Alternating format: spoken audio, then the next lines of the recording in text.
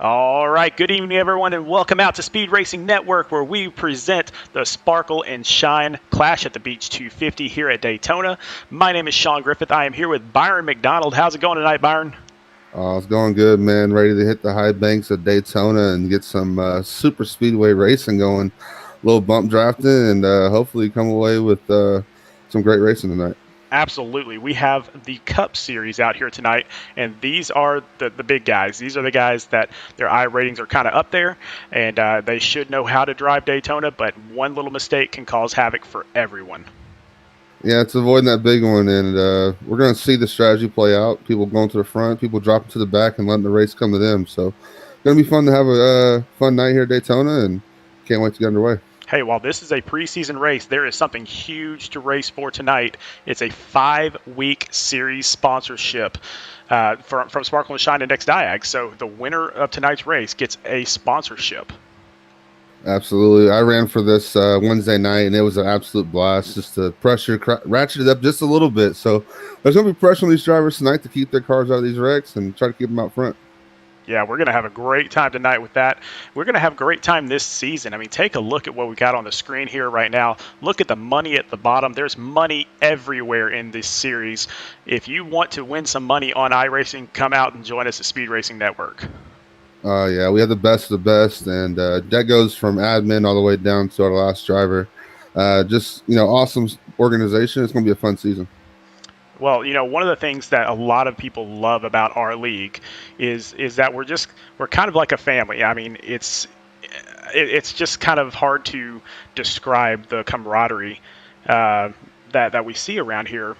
And just friends being friends, friends becoming brothers, that sort of thing. And so when one of us experiences joy, all of us experience joy, and one of us experiences sorrow, we all kind of experience sorrow. And one of our drivers out there has asked us to put something together for his grandmother. And his grandmother passed away back in September, and we want to do that right now, and kind of talk about her just a little bit.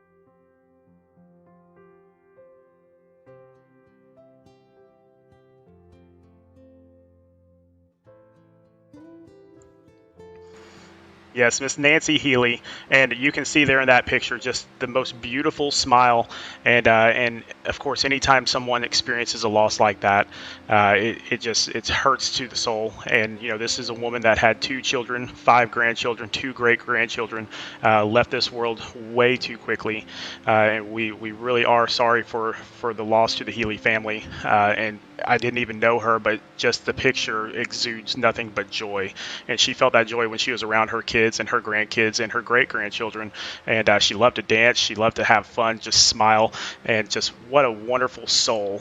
And we're very, very sorry for their loss. And out there on the track right now, we've got Scott Healy. He's actually driving a nice paint there with his grandmother on it to honor her tonight. So we appreciate him doing that. We appreciate all of our drivers out there, and we just love every single one of them like brothers. And so we're just, we obviously have to continue to do what we do and race and have a good time and that sort of thing. But it's okay to experience sorrow at these times as well.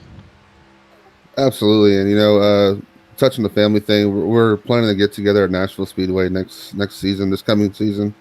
Hopefully, he's able to join us, and we able to give him that hug.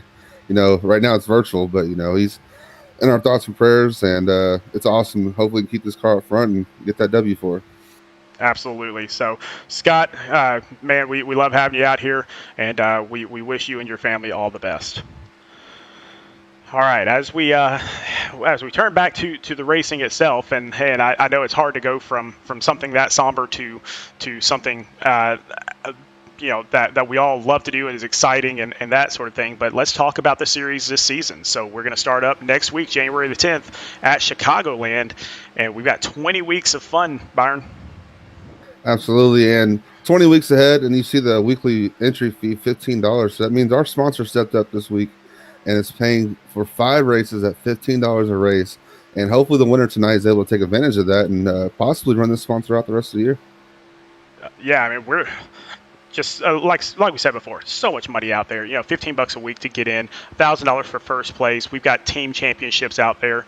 You know, we also have other fun awards like the Hard Charger Award. You know, that's tonight where the person that comes from the farthest back up to the front will actually get $10 just for doing that. So qualifying back in the back isn't necessarily a bad thing tonight. Absolutely. And that's probably my strategy if I'm coming into this race. It's not even for the award. It's awesome that they're coming on the board for this award.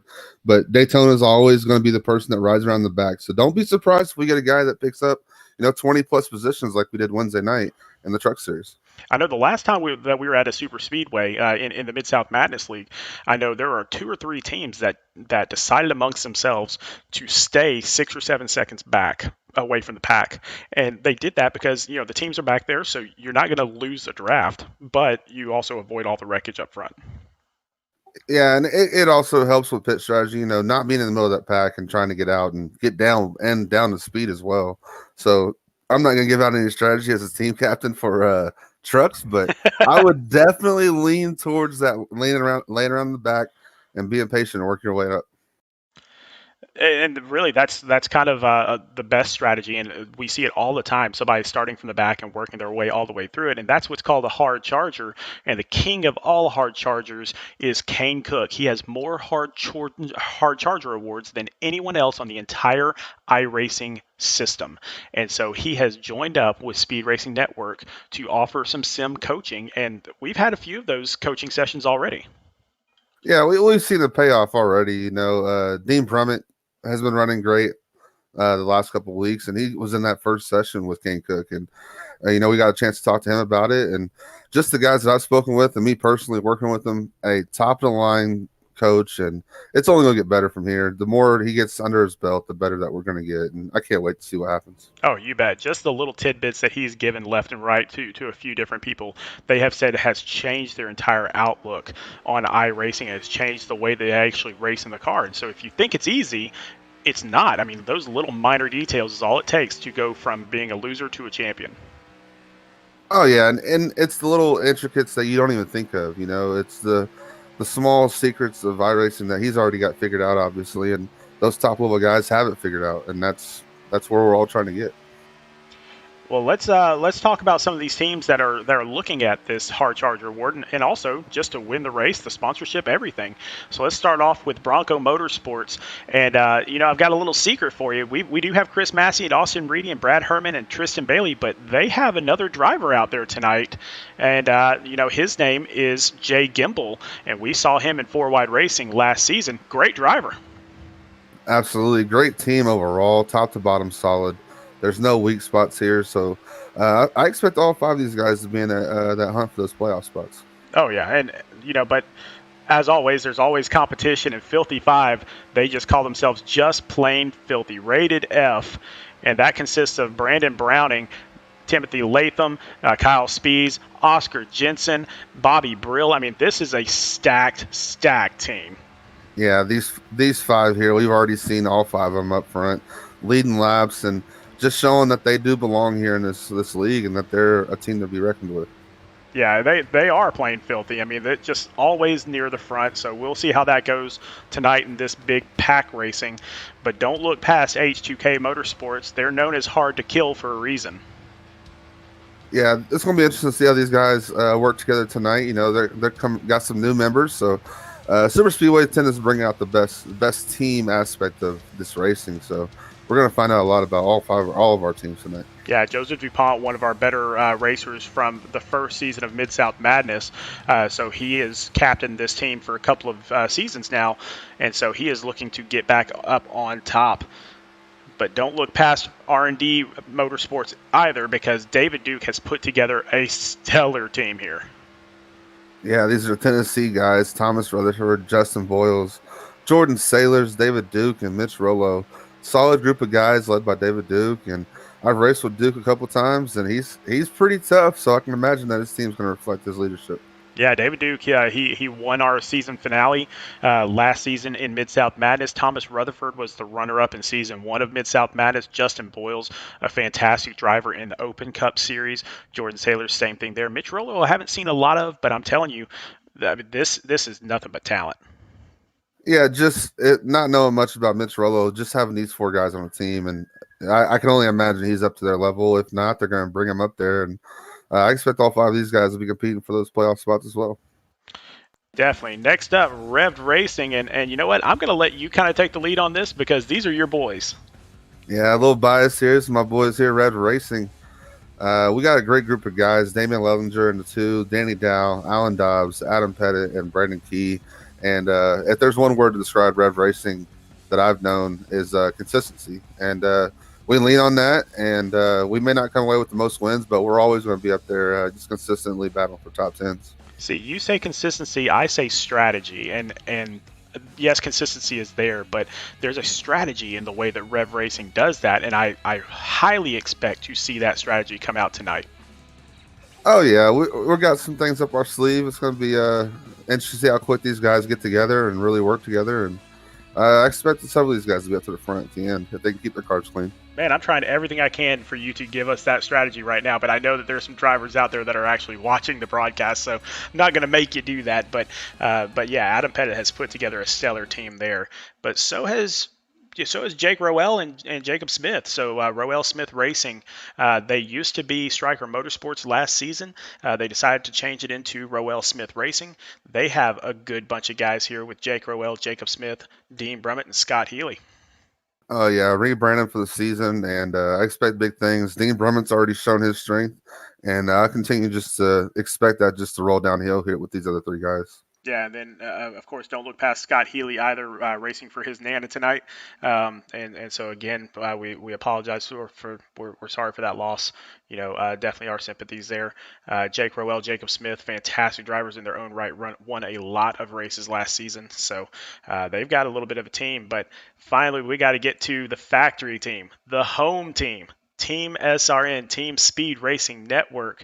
And so these guys, I'll be honest, I don't know a lot of these guys. They're kind of brand new to Team SRN and Speed Racing Network combined, but I do know one name on there, and that's Chad Wampler. He was a fantastic driver last season. Oh yeah, Chad Wampler and Ted Reckage I've raced with several times here, and those guys are competitive, and I believe, they're going to lead this team, and I expect those guys to be just leader of this pack right here, and hopefully T.J. Wood, Ira Colas, and Scott Kalal are able to fall in line with these guys and compete for that team championship. Oh, I have absolutely zero doubt that that's what will happen. But we still got a couple minutes here. Let's go back because we did gain a bunch of viewers, and let's go back to where we are tonight. We're at Daytona. We're here for the Sparkle and Shine Classic at the Beach 250, and the main thing tonight, a 5-week Cup Series sponsorship.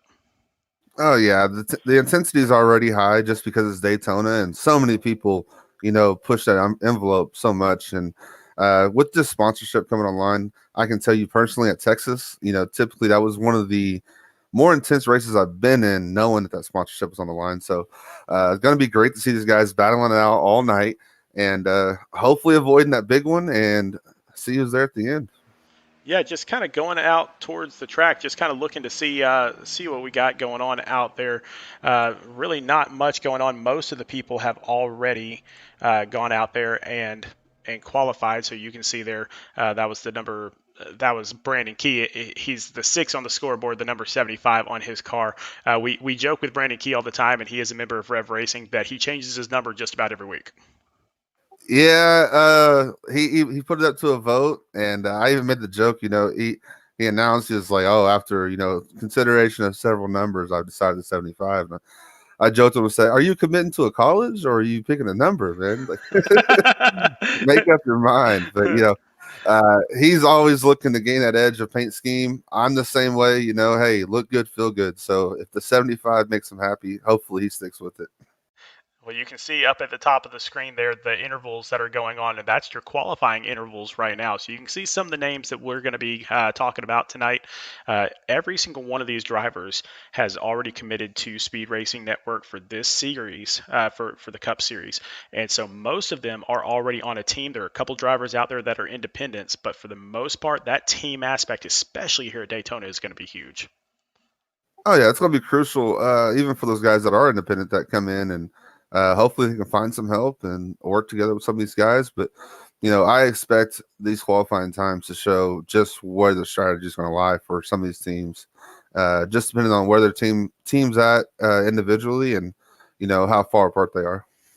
Well, I'm looking out at the scoreboard right now, and it looks like 9 of our drivers didn't even bother to qualify. Which, again, that's kind of a strategy move. It's not they're not doing that to be mean or anything. They're just doing that because they'd rather stay in the back.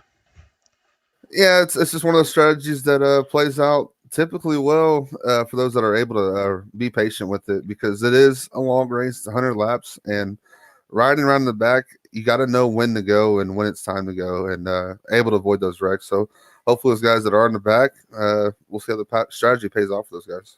Well, let's take a look and see what it looks like as far as our gridding up. So we've got Mitch Rollo from the R&D Motorsports from Canada also. He is going to be our pole position.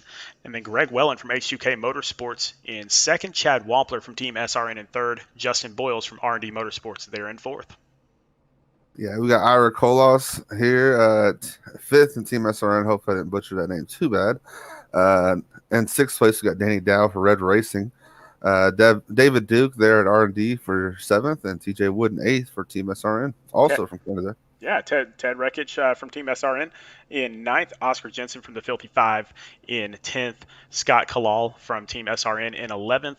And Brandon Massey from he's an independent actually, so he will be in 12th starting this thing off. Absolutely great top 12. I'm fully expecting the strategy to play out right from the beginning. We'll see cars, that did qualify in front. Another part of strategy that could be they qualify for that first position here, Rollo, and he could very well drop to the back and just wanted that pit stall. So there's strategy across the board, whether it's qualifying or in the race. So we'll see what these guys plan to do here. Well, there's a couple different ways to think about it. If you're all the way up front, you can avoid a lot of the stuff that's behind you, or if you're all the way in the back, you can avoid a lot of the stuff that's in front of you. Yeah, it's that middle pack that's going to be nerve-wracking for sure. And just to see, with 100 laps, no fast repairs tonight, just how aggressive these drivers are trying to get to the front or just trying to get to where they feel comfortable. Oh, we got a couple of guys, and we just saw Greg Wellen just jump in there. Oscar Jensen, who qualified 10th, has not gridded up, so he might be falling to the back on purpose. Jake Rowell, who gridded 20. Oh, no, actually, Oscar just jumped in, and then Jake Rowell jumped in as well. I thought maybe we'd have some people drop back automatically from just not gridding up. Yeah, and it's another strategy as well. You come out of the pits after the green flag is dropped, and you lose about half a lap here. So if you get enough guys that do that with you, that tends to work out. But if you're solo by yourself on that mission, then I expect the pack to catch you very quickly. All right, well, everybody hold on, because we are at Daytona. Anything can happen here, and I'll tell you, here on iRacing, anything does happen. Oh, yeah, again, the intensity is ratcheted up from the start of the green flag. And these drivers got to get settled in and just get comfortable and ride this thing out. We got a long way to go tonight. So it's all about keeping your car clean at Daytona and knowing when to go up front. And just looking at the back of the pack right now, all of Bronco Motorsports chose not to qualify. And so all of Bronco Motorsports, and you will see them all pretty much in a row back here, the 83, the 84, the 85, the 86, and the number 9 of Jay Gimbel. So all of them decided not to qualify. Nice strategy. Again, the strategy is stay around the back. I expect them to just drop back, and right around the back of this last pack is they're going to be patiently working their way to the front all night.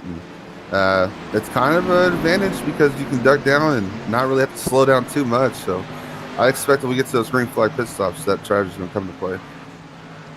Oh yeah, this is going to be one of those races where it's going to be tough to understand all of the passing and everything because it's going to happen so frequently. So we'll try to keep you in, keep you in control of all that stuff. We'll try to keep you informed. But for right now, Mitch Rollo is going to take our green flag. In fact, you know what? He's hiding behind some cars. Let's see if we can maybe fix that. There we go. So the pace car will dive off. Mitch Rollo will get the green flag. And here we go, the Clash at the Beach 250, the last preseason race before we get the whole party started next week. Oh, yeah, great jump for the inside line as you see the A car diving down to the inside.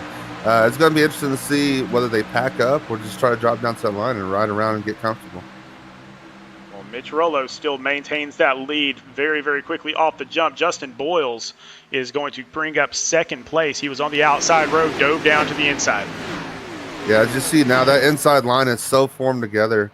Hopefully this outside line can get some cars up there to hang out. Otherwise, this inside line is just going to train these three guys on the outside. Well, and the key here at Daytona is not just to draft, but to draft closely. So the closer you draft, the better push you get. Oh yeah, and these cars are a little bit unstable with that push, so you gotta be precise with it. So when it does get down to those final laps, you're gonna see a lot of pushing, and that's where that big one comes into play. Like we said before, these are the best of the best drivers in Speed Racing Network. So these are the guys that have the best I ratings, that have really pushed themselves to be better and better throughout the seasons. And so here they are. Let's see what they can do here in this close racing. As you can see, Boyle's right on the bumper of Rollo. Absolutely, trying to get that push because Danny Dow on the outside is pushing that 94 car forward. And this outside group is hanging around up front here. I'm kind of surprised a little bit. Well, they've got that 3-car train going on there, and that helps a little bit. So you can't really get too much better than 3-car, I don't think. I think if you go 4, it gets a little out of control. Oh yeah, and thing is, they're more organized in this bottom line. As you see the gap between 5th and 6th back there. So that top line organized early, and they're hoping to pull some more cars up there and actually get a run.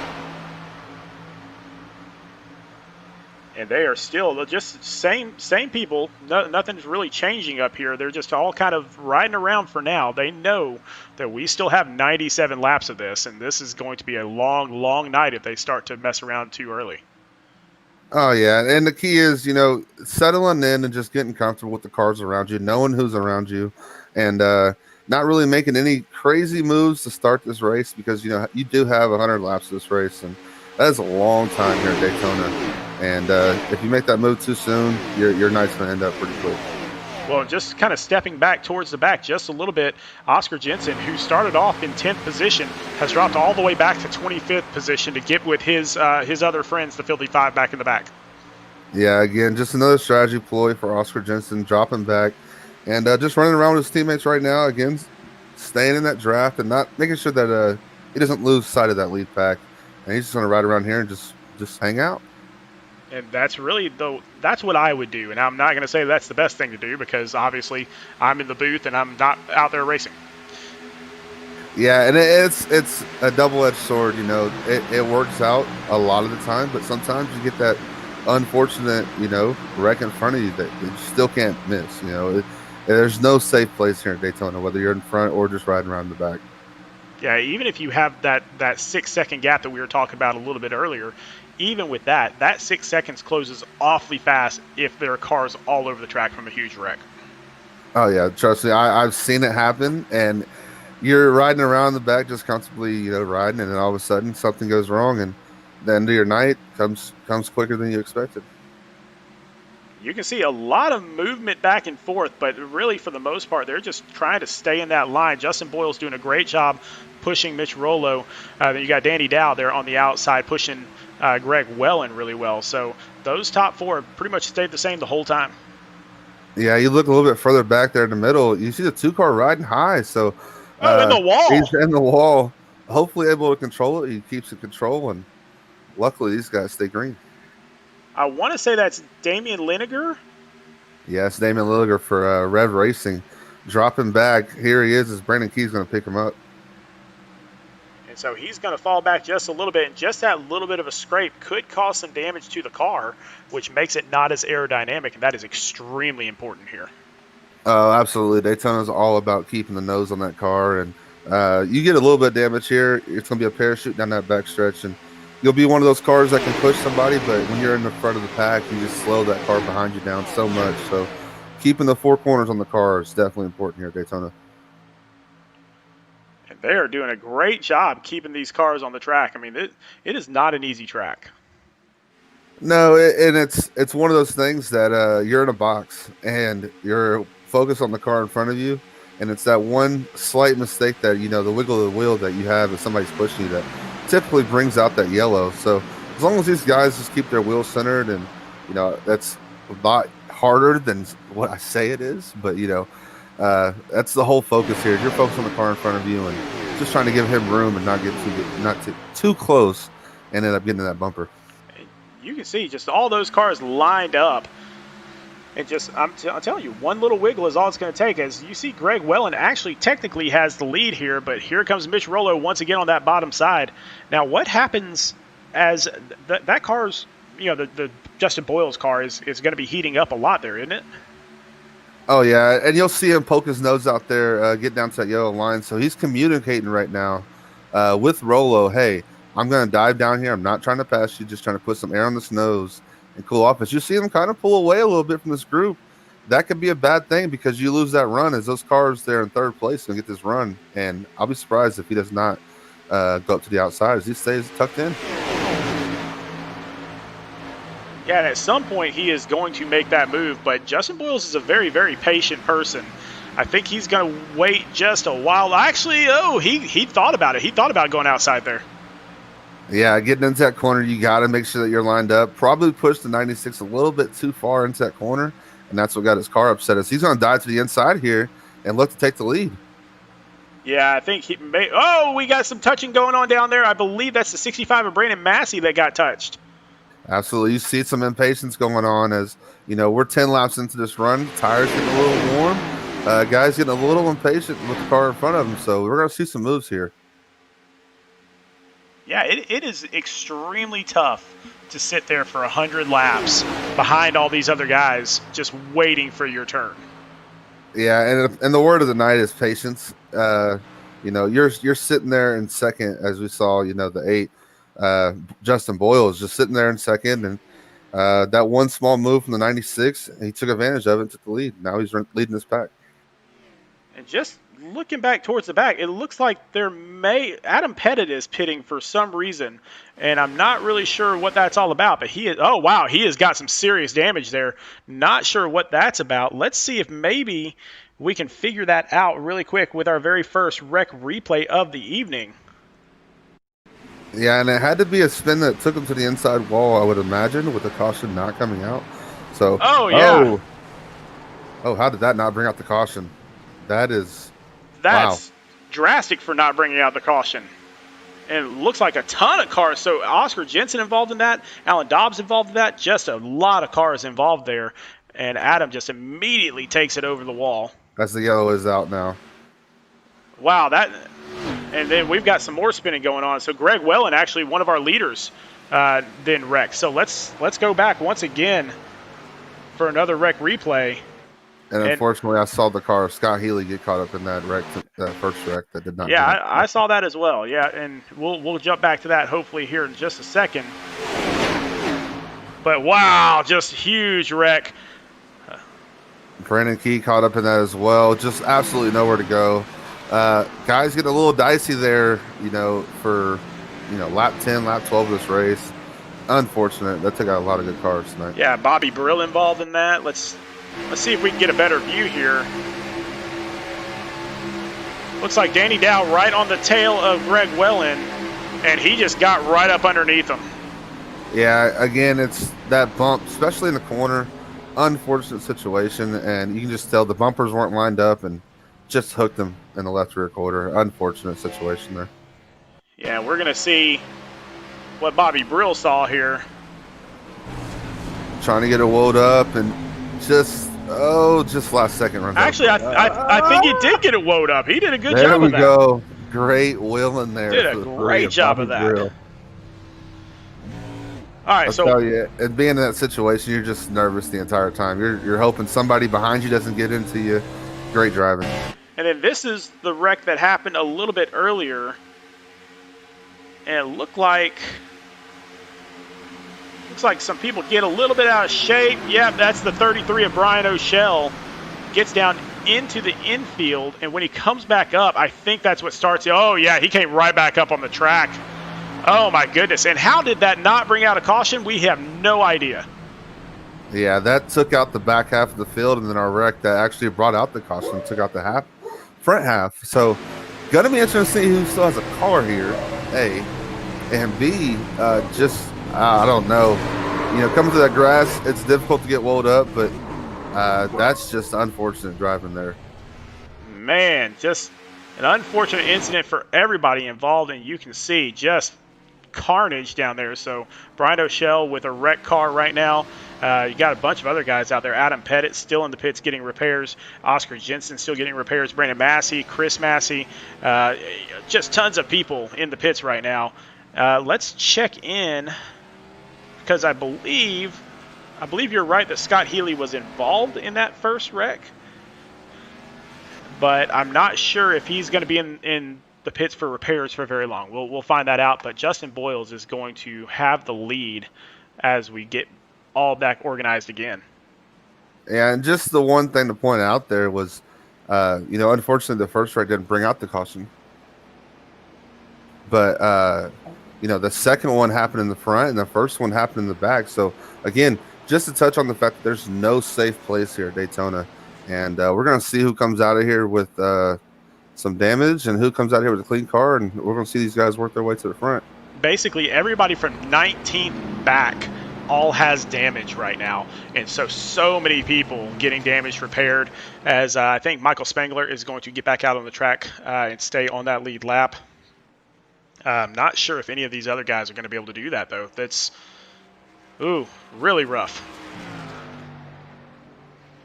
Yeah, completely unfortunate. And hopefully these guys are able to get back on the lead lap and just stay afloat until they can get the damage completely repaired. Oh, yeah, we're not done cautioning right now. There's no way. But you can see Scott Healy there getting some repairs done, getting back out there on the track. You can see see Brandon Key there in that 75, but it's actually the 6 on the scoreboard. And so just all sorts of crazy stuff. Let's see how many people get out there on the lead lap. It looks like the top 28. So it looks like a bunch of guys were able to get back out there on the lead lap. Yeah, just unfortunate to see the front end, the majority of those cars gone. And that pretty much ends their night as far as competing. But I would not be surprised they're able to push some of these cars to the front. Oh, yeah. Still plenty of time in this race. And honestly, get a few more cautions, get a few more repairs going on. You just never know what you got. Yeah, and just the one thing here is hopefully, some of these guys don't have the power. You can get away with a little bit of damage, but that engine is so key here with the speeds that these guys carry in the draft. And up front, so the top 3, all from R&D Motorsports. You got Justin Boyles, Mitch Rollo, and Thomas Rutherford, all from R&D Motorsports, all up at the front of the pack. Yeah, that's that team aspect here, just working together. And they're probably strategizing right now in the chat just how they're going to get off with this restart and get together and try to work their way to the front and hold this lead off. Justin Boyles is going to get that start. He's going to start on the outside, so that's a conscious decision that he made. And so he's wanted his teammate behind him there, so that was a smart decision by him. Very good move. Very good move. And Thomas Rutherford, one of the best at pushing. So pace car dives off. Justin Boyles is going to get the restart, and he's going to dive down very quickly to the inside, and he's actually going to have Mitch Rollo pushing him for a change. Yeah, I wouldn't be surprised here if the 8 was able to slow up just enough to let his teammate get up there or even fall in line as he's stuck on the outside right now. It looks like a lot of guys lined up there on the bottom, just kind of leaving Thomas Rutherford out there to dry. Yeah, and with that first caution, what it's going to do is bring these guys' patience up and their awareness up as far as, hey, there's 19 cars left that does not have damage. I'm one of those 19 cars. I'm going to try to keep my car clean as well for as long as I can. Yeah, just really they're going to have to be patient. I mean, we still have 85 laps to go. We haven't even gone 15% of this race. Yeah, and I expected these guys to get lined up on the bottom. These guys on the outside are just riding around, not really pushing. As you see, he's just laying back, and I expect him just to kind of look for a place to fall in line here on the bottom, or just ride around out there and keep his position. Out there in the chat right now, we got all sorts of people in the chat talking out there, and Robin Browning saying good luck to Filthy Five. I want to say it's her husband, Brandon Browning. I don't quote me on that. I don't know everybody's family, so I apologize for that. But Brandon is up in 10th position there in that number 18 car. Oh yeah, having a great run right now, keeping his car clean and just riding around the back of this front pack here and riding, being comfortable. And as long as he keeps his car clean, he's got a chance tonight. And Justin Boyles continues to lead that race, but look who's up in third. Dean Brummett decides that he doesn't want to wait back in the back any longer. He is going for it. Yeah, riding around the outside there and trying to get a little run there with the push behind him. If these guys can get formed up on the outside, these guys got a chance because this bottom line is a little bit broken up. And you can see the entire pack passing Greg well in there. Greg obviously has some damage from that first incident. Yeah, as you see this bottom line get formed up and they just get that run, it's going to be hard to challenge these guys early off in the race. And I expect these guys to just settle in and just start working on strategy and try to keep these cars up front and keep their nose clean. And I'm kind of looking to see how the teams are lining up here. It looks like Rev Racing, the three remaining drivers that are on the track, Brandon Key, Alan Dobbs, and Damian Liniger, have all gone back towards the back. And so they're going to take that strategy of stay behind everybody. Yeah, and some of those guys also got caught up in that wreck, so they're probably just looking to stay back there and keep their nose clean. As these guys battle it out up front, and hopefully the cautions fall the right way, or pit strategy works out for these guys. As these guys get a little dicey up here in the front. Yeah, it looks like maybe Justin's throwing a little bit of a block on Mitch Rollo there. Yeah, he's wanting to keep that clean air, and it pushes Rollo up to the top as he's going to get a good push here from Dean Brummett off of turn 4. But don't look past Chad Wampler in that 87, giving Justin Boyles the push as well. Yeah, these guys are battling it out on lap 19, and I can only imagine and cannot wait till the end of this race. These guys really ratchet up the pressure and are going for that win. Oh, yeah. You think you were seeing people shuffle around right now. Just wait until the last 10 laps. Yeah, and it's actually kind of surprising to see how aggressive these guys are. But, that clean air is king, and being that control car is very important. As you see a lap car get down on the apron for these guys, luckily avoiding the accidents there. Yeah, I'm not sure who that lap car was. That might have been Ted Wreck. No, it's not Ted Wreckage. Oh, it's Brad Herman. So Brad Herman from Bronco Motorsports, just kind of staying out of the way there. Good classy move by him. Yeah, and I actually think that might have checked up Justin Boyles enough just to allow Mitch Rollo to take the lead here. So he drops down to the bottom. As you see, Dean Brummett getting a great push going into turn 2 or turn 1 and 2, evened up with him. Yeah, he's getting a push from his teammate Jake Rowell in that 24 car. Then right behind them, their good friend Brandon Browning as well. So we got some teams forming up on the outside.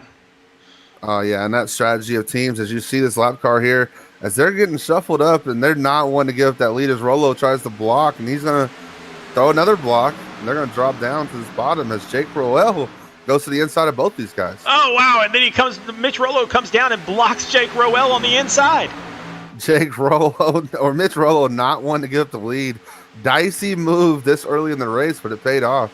And best believe that Rowell is going to remember that move. Oh, yeah, I bet he's not happy about it. He is not happy.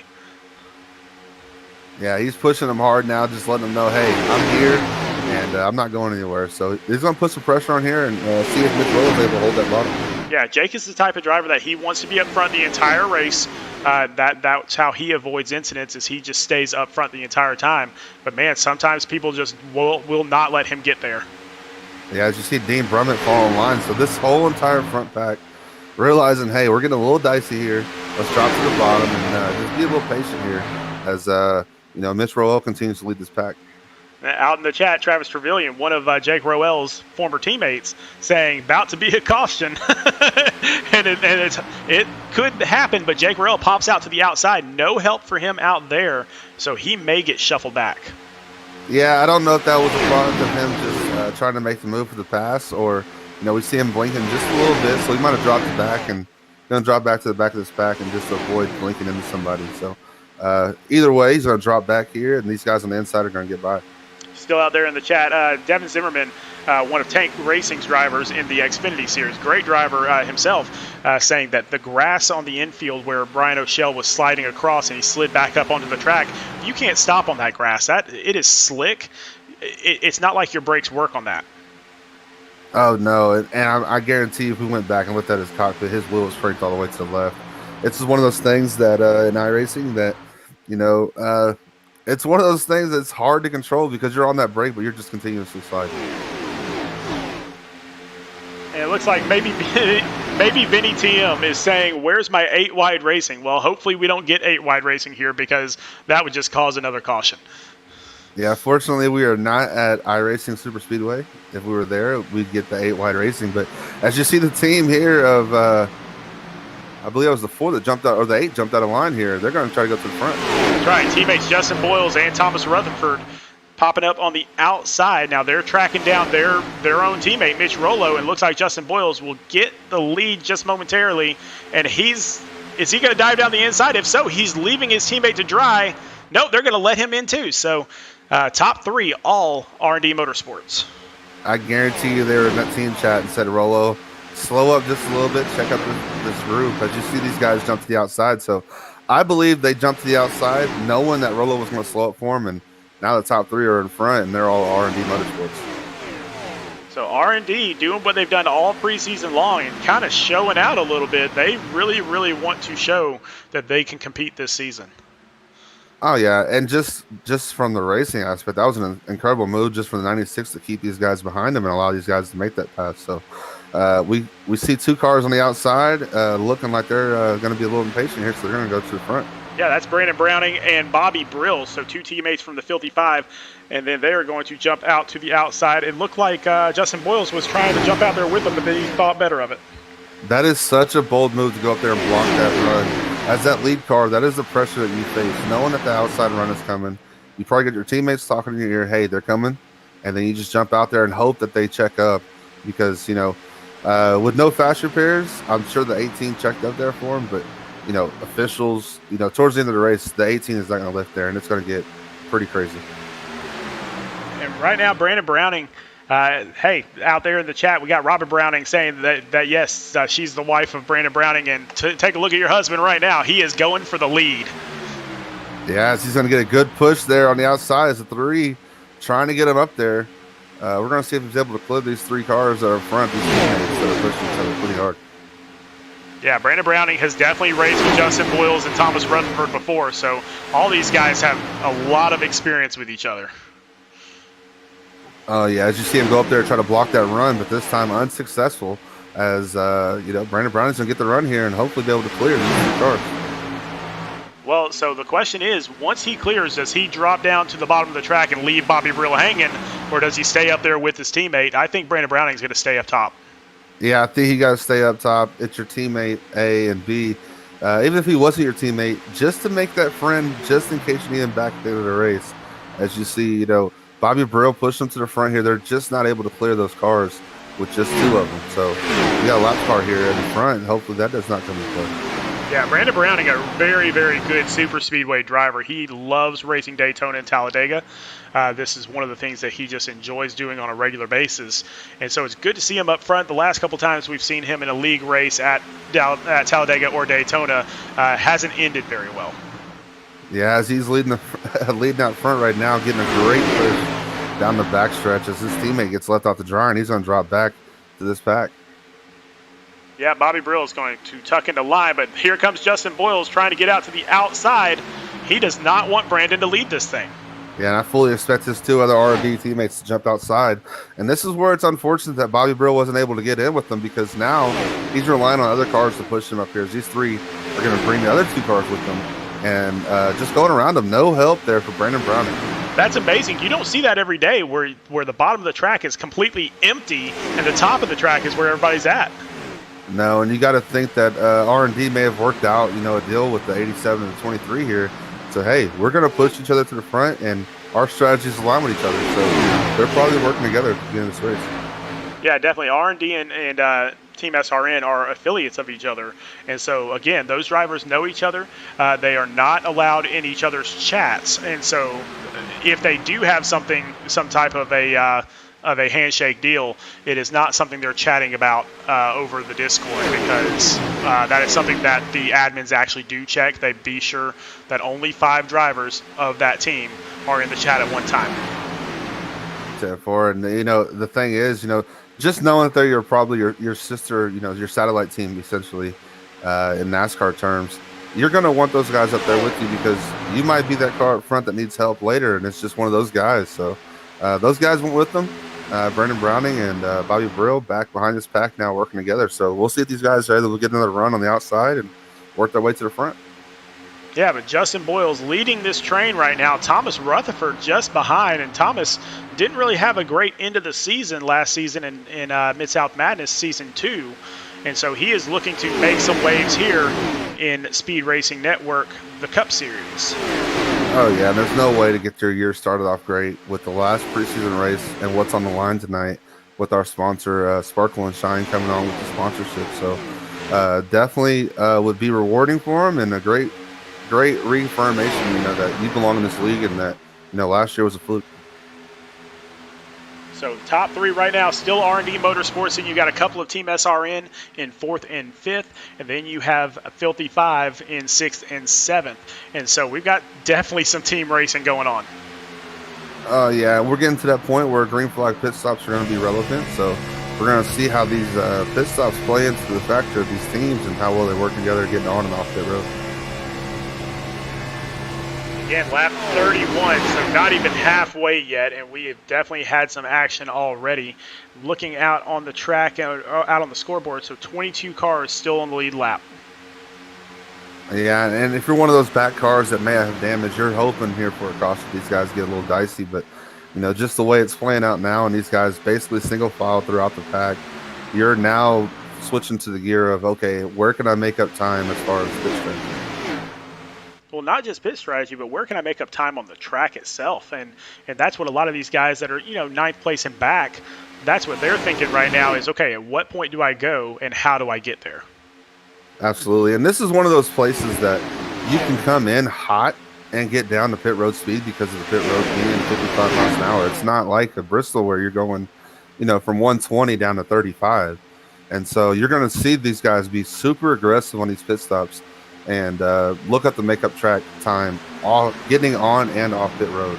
And this is probably one of the most important tracks for that strategy. Justin Boyle still leading the way. You can see Thomas Rutherford kind of backing off him a little bit, definitely getting some air into that engine so he doesn't overheat. But what that allows somebody to do, if they get froggy, they can get out to the outside and they could try to take that position. I think this is a great strategy by R&D. Absolutely, and also, these 2 cars behind, our leader, Justin Boyles, they're saving gas as well. They're just riding back, you got a gap between them, not pushing, and it also keeps the cars behind you because you have your teammates behind you. So it takes them past 3 cars to get ahead of you, and so it's going to be nice to see these guys come down pit road and hopefully come back with the lead and just how much that strategy can pay off. And you can see that gap there now, unless if somebody goes out to the outside. So let's just say, for instance, that Filthy 5 decides to go outside and try to take this lead. If they do that, I think R&D, they scrunch back up together and push even harder. Yeah, and that's the key too here is, they're so spread out because you're basically basing your car off of the car in front of you. So you see the car in front of you is not pushing, so you kind of do the same thing. So you would have to get a massive run with the gap that these cars have because you're so far back that by the time your run dies off, you're probably up to 3rd or 4th, and then you just stall out. So this is a great strategy by R&D, spacing this field out and just being in control of this race. So we are going to drop back just a little bit. Let's check up on a few people here. So going back, let's go back to about 15th position. And again, all these guys in one long line. Nobody's really far enough back to be considered a second pack. Yeah, we're riding on board with David Duke here, but you see in front of him Dean Brummett, who was up there running for the lead, and just how he got patient and said, "Hey, I'm done racing for this. Time to drop back, try to find my teammates, and work on the strategy that we're going to do." So a lot of this riding around the back doesn't mean that they're slow or that they're not wanting to win. They're actually the opposite. They're trying to win. So this is part of their strategy and their decision to ride around the back and try to stay clean. Yeah, oh, well, let's see. We got some action going on. Bobby Brill going down below that yellow line, trying to get back out on the track. Not really sure what happened there. Oh, hold on to it, Bobby. Hold on to it. Oh. Yeah, I'm not sure if they're dropping back to pit or if they're just dropping back to the back of the pack. Looks like they just pulled out of the back of the pack and just want to be riding around together with just those two. Yeah, well, they got Timothy Latham and Kyle Spees just ahead of them, so those are their teammates. So I can see why they were doing that. Yeah, they're dropping back and just trying to set up this pit strategy here so that all four cars together and they can work their way back up to the front. Yeah, smart move. Very smart move to get together with your teammates. Bobby almost lost it there on that, so lucky for him that he did. He's a great wheeler, man. He stays out there. He'll stay in that wheel the entire time. Yeah, and unfortunately, that probably wasn't part of the strategy, so he's going to lose some time there. It's a matter of how much he can make back up for that. He's going to be pushing here before these green flag pit stops to get back up to his teammates. Yeah, he and Brandon Browning are 7 seconds back, so they're just a 2-car pack right now. So they're just kind of bide their time. Then further back from them, Damian Liniger and then Ira Kohlhaas and then Michael Spangler have formed a 3-car pack. This is about 22 seconds behind the leaders. So if there is a wreck up front, then these guys can probably drive through it. Yeah, Damian Lillinger was caught up in that first wreck, so we're not sure how much damage he has. So he's probably just taking it easy here, riding around the back. A little bit further back than probably once, but, we're going to see what the strategy plays, whether these guys play the long game and stay out as long as they can, hoping for that caution, or if they decide to short pit and get tired early. Back up front with Justin Boyles, still with Thomas Rutherford just behind, Mitch Rollo just behind him. And again, just enough of a gap there that you get some air in that engine, not enough to overheat just yet. Yeah, and that's one thing, these drivers are conscious of the whole time. It's just taking care of the car. And it's not, visual, but that engine is so key here. And if you overheat it enough for long enough, you can cause some damage to it. But one person not overheating, Justin Boyles. He's getting so much air on that engine right now. But it looks like Jake Roel has decided to go up to the outside, see if he gets any helpers up there. But it doesn't look like anybody's going out there to help him. Yeah, we're going to see here. He got that run, but let's see if he's able to clear his second place car, or if that run's going to stall out. As you see, as these cars are going to the inside, going to the pit road, that's probably why he jumped out. And here we go. So the mad rush begins. Oh, we got a little bit of contact there. Yeah, again, getting on and off pit road is so key, and just that communication with those guys that are behind you and trying to come in perfect. We'll see if that's able to hurt Brandon Key or if he's able to recover from that contact. So Jake Roel all by himself up front, that does not work at Daytona. And so there's going to be some cars coming up on his rear very, very shortly to catch him. But I believe he will likely come into pit very shortly as well. Yeah, unfortunately, his strategy did not line up with those cars that did just pit. So sit and duck here, as you see the 84 come in the frame. They're going to catch him, and he lost a lot of time there. So we'll see where he comes out and if he's able to fall back in line where he was, or how much time he actually lost not pitting with that front group. And here comes the group once again. And so now that's 11 cars there all pitting all at the same time. So Justin Boyles back up out of the pits again. He'll likely come around and take this lead. Yeah, and the key thing you see here is the 3 teammates from R&D coming out 1, 2, and 3. Great job by the team getting on and off pit road. You're going to see these guys get together again and become a force again and just start pushing each other to the front. Oh, and that's Jay Gimble in the 9 car. It just looks like he kind of cut through a little bit. Yeah, I think he was pitting and let the guys behind him know a little bit too late and almost got into the back of him. Hopefully that damage isn't too bad. He's able to continue to run up here with his teammates. And here comes Justin Boyles as everybody's trying to get up to speed. You can see that he's passing Brandon Browning there. Is he going to be able to get up to speed before he gets to Jake Roel?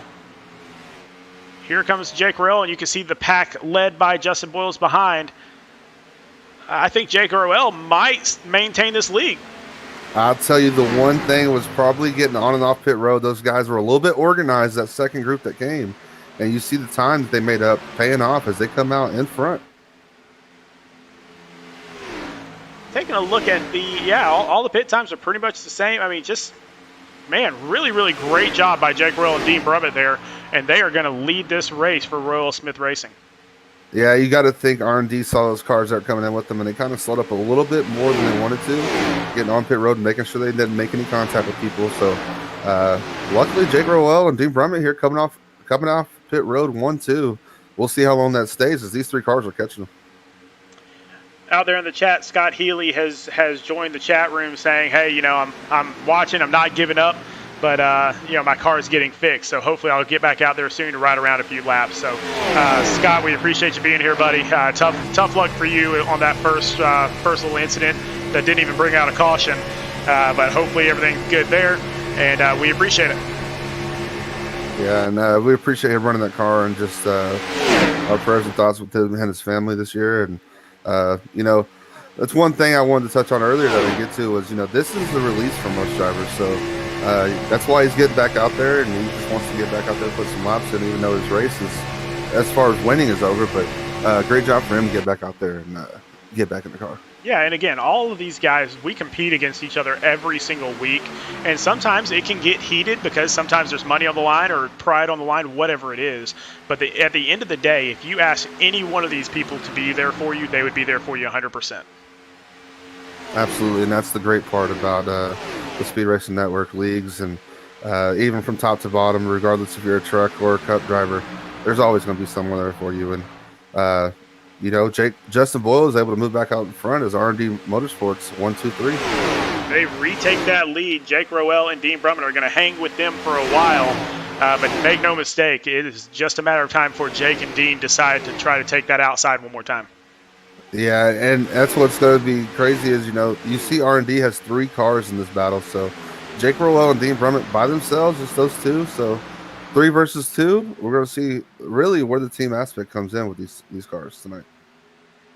You know, and it looks like we've got, you know, the 4th car for R&D Motorsports, David Duke. He's out here all by himself, no nose, anything like that. So he definitely needs somebody to catch up to him. The next car catching up to him is Joseph DuPont and Jordan Sailors. So they are on their way. Joseph DuPont is on the lead lap. Jordan Sailors is a lap down. And so they are trying desperately to get up there to David Duke to help him out a little bit. Yeah, you see a little bit of nose damage there on Joseph DuPont's car. So probably a victim of one of those first 2 accidents. And just riding around right now, trying to get everything he can. Justin Boyles, Mitch Rollo, this is the combination that just doesn't quit, man. Yeah, these guys are in control of the race, and you got to be sitting pretty, just hoping that you keep green here and trusting your strategy. The only thing that we're missing out there in the chat right now is David Duke saying R&D to the front, but that's because he's out there driving. Oh, yeah, you know, he's probably in the chat right now, stoked, and still coaching these guys from back there. So showing their strength right now and kind of flexing their muscle with the 3 cars up here, 1, 2, 3. And they are lined up, but it looks like we might get a little bit of action a little bit further back. So Austin Reedy, one of the drivers from 4Wide Racing that made the jump this season to Speed Racing Network. So he's in that 84 car for Bronco Motorsports. So he is trying to track down Chad Wampler in that 87 car. Yeah, I fully expect these 4 cars here that's lined up, you know, 4th through 7th, to get up there and start trying to battle for these guys and get the advantage of knowing that you're out front and that you control the race. Now, we've got this nice little pack up here of about, 10 drivers. And then we've got Alan Dobbs all by his lonesome, so he's going to fall back. He's going to get picked up by Brandon Key shortly. And then you have a bunch of cars, Bobby Brill, Timothy Latham, Tristan Bailey, Brandon Browning, Chris Massey back here about 11 seconds back. Sorry, 11 seconds back from the leader. So we are definitely seeing some groups form up. Yeah, I fully expect that group led by Bobby Brill there to get lined up and slowly try to chase these leaders down, as these guys are probably going to start going 2 wide here pretty quickly to take control of this race and try to break up this R&D Motorsports this trio here. That would be my strategy now, is we got to get a car in between these 3 cars here and break them up. And out there in the chat, Corey Saucier saying, I'll take over for Duke. R&D 1 through 3. I fully expected somebody out there to call it. So, yeah, definitely. That's awesome that we got fans out there watching, man. Absolutely. these guys continue to stay lined up, one single file. As you see this group here trying to just kind of keep their nose clean, get air on the nose, and try to set this fast here. But it's going to be so difficult with Justin Bullis having his two teammates behind him. You know, somebody that we haven't talked about very much is Kyle Spees from Filthy 5. Great driver in his own right. He's sitting up here in 5th position, and we hadn't even said his name all season. Yeah, quietly having a good night here at Daytona. You know, he's just riding around, biding his time, and wants to be there at the end because, you know, he's one of those drivers that if he's there at the end, he's definitely got a chance to win. So definitely he's had high praise from his teammates all preseason long, and he is showing that they are prophets. Oh, yeah, it just feels good. You know, you're riding around 5th, quiet night. You know, not sure where he started, but making his way up to 5th place now and just riding around behind his leaders and looking to make his opportunities. Justin Boyles, Mitch Rollo, Thomas Rutherford, 1, 2, 3, just as it's been for pretty much the entire race now. Chad Wampler, Kyle Spees in 4th and 5th. Jake Roel and Dean Brummett, the tandem from Roel Smith Racing, has moved back to 6th and 7th position. Yeah, they're probably just dropping back and watching this front pack, not letting them get away, and just kind of, you know, going back to the drawing board. How can we beat these 3 cars up front that have dominated pretty much the majority of this race? Robert Browning saying that Filthy 5 is stressing her out more than the Pittsburgh Steelers, and that is some serious stress. Hey, touching on the Steelers there, man, congrats to the Cleveland Browns making the playoffs. I never thought I'd say that. Yeah, huge win for them. And so far, this top 3 is just going to kind of hang out where they're at. Let's go back a little ways, see what it's looking like about 9 seconds back. You still have Alan Dobbs kind of by himself, but he's about to get picked up really quickly. Here they come, Filthy 5. Yeah, and, you know, Alan Dobbs has probably been dying for these guys to finally catch him, so he's going to fall back here behind this group here, fall in line. And they're working their way up to the front. Do not count these guys out. The strategy is going to pay off. You know, we're back, you know, you said 9 seconds, so expect this gap to close because these guys are coming. Oh, you can do a whole lot worse than getting on the tail of Filthy 5. You follow them, you're going to follow them all the way towards the front. Yeah, you know they want to get up there with their teammate who's riding in 5th right now. So they're communicating with him, just kind of see what the leaders are doing, and they're going to make their way up to the front here pretty quick. Another driver we haven't really talked about, number 90, TJ Wood up here. And again, another one that's quietly having a great race up here in 8th position. Yeah, just riding around, biding his time, and, you know, staying patient. The key thing is you see his car is pretty clean outside of the dirt. So, yeah, just continue to run, and these laps count down, start working their way up to the front. Just behind him, Scott Kalal in the Scott's Quality Lawn Care car, just following his teammate there from Team SRN. That's an awesome paint scheme. Just going to throw that out there. The grass on the side of the car, absolutely love it, man. He's having a good run tonight. So definitely some new names up here towards the top 10. Some people that have just quietly made their way to the front. And that's really the secret here at Daytona, is not to make a lot of noise, just to secretly, you know, come up on somebody's tail and win the race. Oh, yeah. And you're just riding around. You know, you got, you know, 49 laps left in this race, which is a really long time at Daytona. So not really getting out of line here, not really going to push the envelope, and just knowing that your strategy is going to come all the way around full circle. I got to be honest, from where I'm sitting, it actually feels longer when it's a green flag race than it does when there are cautions, because there's more strategy involved in that green flag race. Oh, yeah, because, you know, you're just being patient the whole time, you know, letting the car come to you, not really making too many, you know, moves to avoid mistakes. As you see the 4 car cover Rutherford there get the apron. Just one of those things where, you know, you're just riding around on the line and hoping that, you know, the car in front of you keeps it straight, and that, you know, you come to your green flag pit stops and that your strategy is going to pay off. I believe most everybody pitted on lap 11 when we had our first caution, and then everybody pitted on lap 38 or 39. So it sounds like about 27, 28 laps is all you're going to get out of this. If they last pitted on lap 39, that means they may be coming up around lap 67, 68, something like that. And so we still have plenty of time before those green flag stops. Yeah, and I fully expect some of those guys in the back to kind of short pit and make it a two-stop strategy. But if I'm out front, I kind of want to, you know, ride this thing out. You have the lead. You've been in control of this race. run it till it's dry, and see what happens. Oh yeah, if you have your entire team on board, then you can definitely come up with a pit strategy to where you know that you can go for a good 30. What do we say? I'm sorry, 20, 27, 28 laps. And so if you can get it to about lap 73, that's going to be tough to do. But if you can do that, then yeah, your entire team could really get out front. Yeah, and the thing is, the chats that we have for our drivers, for their teams, that's all the communication is right now. With these guys lined up, hey, when are we looking at pitting? Where are these guys at behind us? They're going too wide behind us. What are we going to do whenever we do get to those green flag pit stops, and how we're going to get on pit road? Yeah, getting onto pit road as a huge group is the hardest thing to do in the world. Yeah, and most people, outside of the iRacing that doesn't run here, with the 3-car pack, if I'm the back car, hey, I'm going to the very inside. You guys, you got a guy in the middle, guy on the outside, and we're all trying to get on at the same time and get off at the same time. And that's the key to, is the communication between these guys. It looks like we got a car that decided to jump outside. I believe, I want to say that's Chad Wampler. Yeah, he got right back in line pretty quickly. Yeah, and if you don't have any help out there, even if you do have help with these 3 cars up front, it's going to be very difficult to jump out there. And you got to time it just right, as that allowed Dean Brumman and Jake Roel to jump to the outside. And they're going to go with them and challenge these guys for the lead.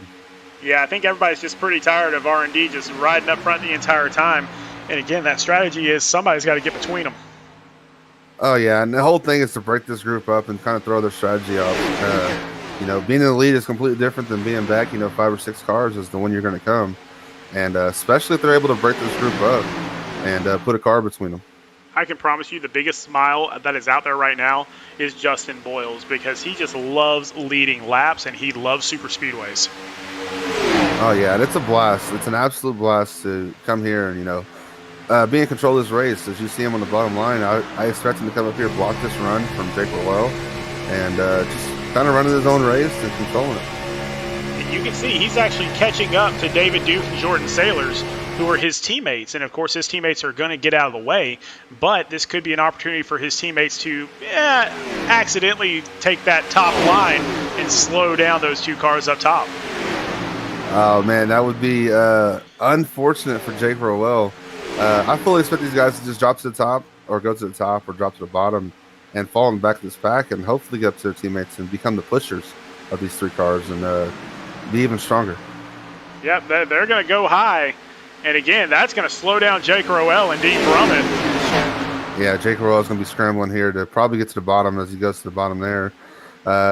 You don't want to be on the outside when those cars are coming just because you can get squeezed. So the smart decision there to go to the inside and just let these cars go. Bruce Amston out there in the chat saying pretty nerve-wracking is what it is. Yeah, I bet it's nerve-wracking. 100 laps of this, and even though 100 laps doesn't sound like that much, at a super speedway where 1 millisecond could cause all the damage in the world, it is very stressful in those cars. Oh yeah, you're on edge from the green, and there's no relaxing. The only time you relax is if your car is trash into the pit road, because there's cars around you majority of the race, outside, inside, sometimes 3 wide, and it can get pretty nerve-wracking in the car here at Daytona. Oh yeah, there'll be times that you get into a wreck at Daytona or Talladega, and once you get back down pit road, you actually breathe a sigh of relief that you don't have to worry about it anymore. Yeah, especially when that Hornet's Nest gets busy towards the end of this race. You're going to see these guys get really aggressive and make some insane moves, but it's all for that win. And again, that R&D Motorsports just staying up front. Now, Jake Roel, he has decided to join them on the bottom side. So we're going to see if maybe he can do something there. And it looked like Thomas Rutherford got just a little bit outside. That may have been Jake Roel's chance to slide in there, but he held back. Yeah, being very generous there, because, if you're able to get between these 3 cars here and break this up, that completely changes the race. So their whole strategy here is to stay nose to tail and force these guys to pass on the outside.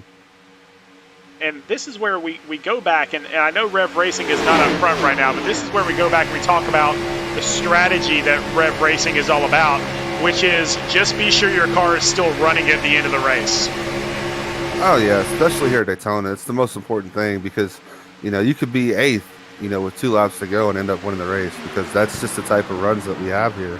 So it's a matter of knowing when to go and when you do go, being precise and being direct and making your move. So Justin Boyle's doing a great job there, but it looks like Chad Wampler is going to try to challenge on the outside. This is the first challenge that Justin's had for 20, 30 laps. Yeah, absolutely. As you see, these cars form up on the outside, the two teammates up front. Surprised Jake Roll didn't go with these guys. He's just kind of lagging back, and he could be the difference between these three cars making that pass. But Justin Boyles holds off that charge for the time being. Chad Wampler will get another shot at it with TJ Wood in fourth position pushing him. Yeah, TJ Wood's got to get up to that bumper before he gets to the turn and just kind of send his teammate off in there with the big run. As you see Thomas Rutherford here off of the bottom line, this would be a time right now if I'm, TJ Wood to go ahead and drop down. Yes, your teammate's there, but drop down and break that pack up. Yeah, we got a caution. We do have a caution. I believe that's Ira Kohlhaas. Ira Kohlhaas is involved in that. Let's go back and check out what happened. Yeah, we saw Brandon Key on the inside there. I thought the smoke was from somebody just lagging a little bit, but unfortunate. Brings up the caution and throws a wrench in the strategy. Yeah, it looks like there was a 5-car pack back there, and Joseph DuPont kind of got out of line, and he went down past the apron. And so when that happens, your car shoots up the track. You can see this number 88 car in red and black. He'll go below the line. When that happens, his car shoots right back up on the track and hits Kohlhaas. And then he also hits Brandon Key as well. So just not much you can do there, but yeah, just touching underneath that yellow line will definitely cause some havoc. Yeah, that goes back to that millisecond that we talked about. Just that one mistake, that slight mistake ends up, ruining probably 3 or 4 guys' race. So unfortunate that he got underneath the apron, but not much that he could do once he got down there. So it looks like a little bit of extracurriculars here. Thomas Rutherford gets a little spin. Not sure what that was about. Let's go back and see if we can figure out what happened there. That's kind of weird. Thomas just spun himself out. That was definitely a wheel misfunction there. Unfortunate, especially for him and his teammates who were having a great run. Yeah, and he's just going to have to wait until everybody gets by him. But everybody's going to jump into the pits anyway. So you can see this high banking is this high banking is tough to deal with. Got a little high centered there. Well, and he will come down pit road. He'll get brand new tires and some fuel. And it looks like Mitch Rollo and Justin Boyles will remain out front after their pit stops. TJ Wood, Scott Kalal are going to be in third and fourth position. So this is going to mix it up a little bit because you don't have your buddy behind you anymore. Now you have them side by side. Interesting thing there was Mitch Rollo got right back on the track, which typically is a black flag for unsafe pit exit. So not sure what happened there. Yeah, we'll have to wait and see if the admin has anything to say about that. But Mitch Rollo, for the time being, is going to be our leader. And then Justin Boyles in second position, both of them from R&D Motorsports, and then TJ Wood, Scott Kalal from Team SRN. And then right behind them, Royal Smith Racing, Jake Rowell and Dean Brummett. So we're going to have 3 rows of teammates. Yeah, and the key here is going to be for Thomas Rutherford to try to work his way back up to his teammates. Just patiently. Unfortunate that he got caught up in that pit or that yellow flag incident, whatever that was, but didn't look like he got too much damage, so hopefully he's able to get back up to his teammates. And as you see, Jake Rowell and Dean Brummett coming down here to top off before the green flag, playing that strategy game. Yeah, definitely a great strategy for them. It's either that or they just might want to get new tires, more fuel, stuff like that, and stay back in the back for the time being. Yeah, I fully expect these guys to come down top off and get to the back of the pack and kind of save fuel, as we're going to be close on fuel here, so maybe they can make it the rest of the way.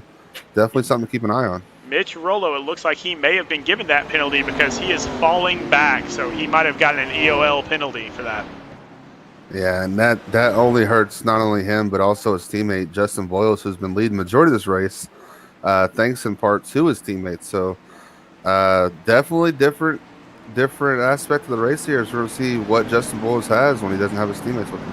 Yeah, this is about to get really, really interesting. And then, going back through the pack a little bit, if you look from 15th through 18th, you're going to have 15th Kyle Spees, 16th Bobby Brill, 17th Timothy Latham, 18th Brandon Browning. And why is that significant? They're all Filthy Five Motorsports.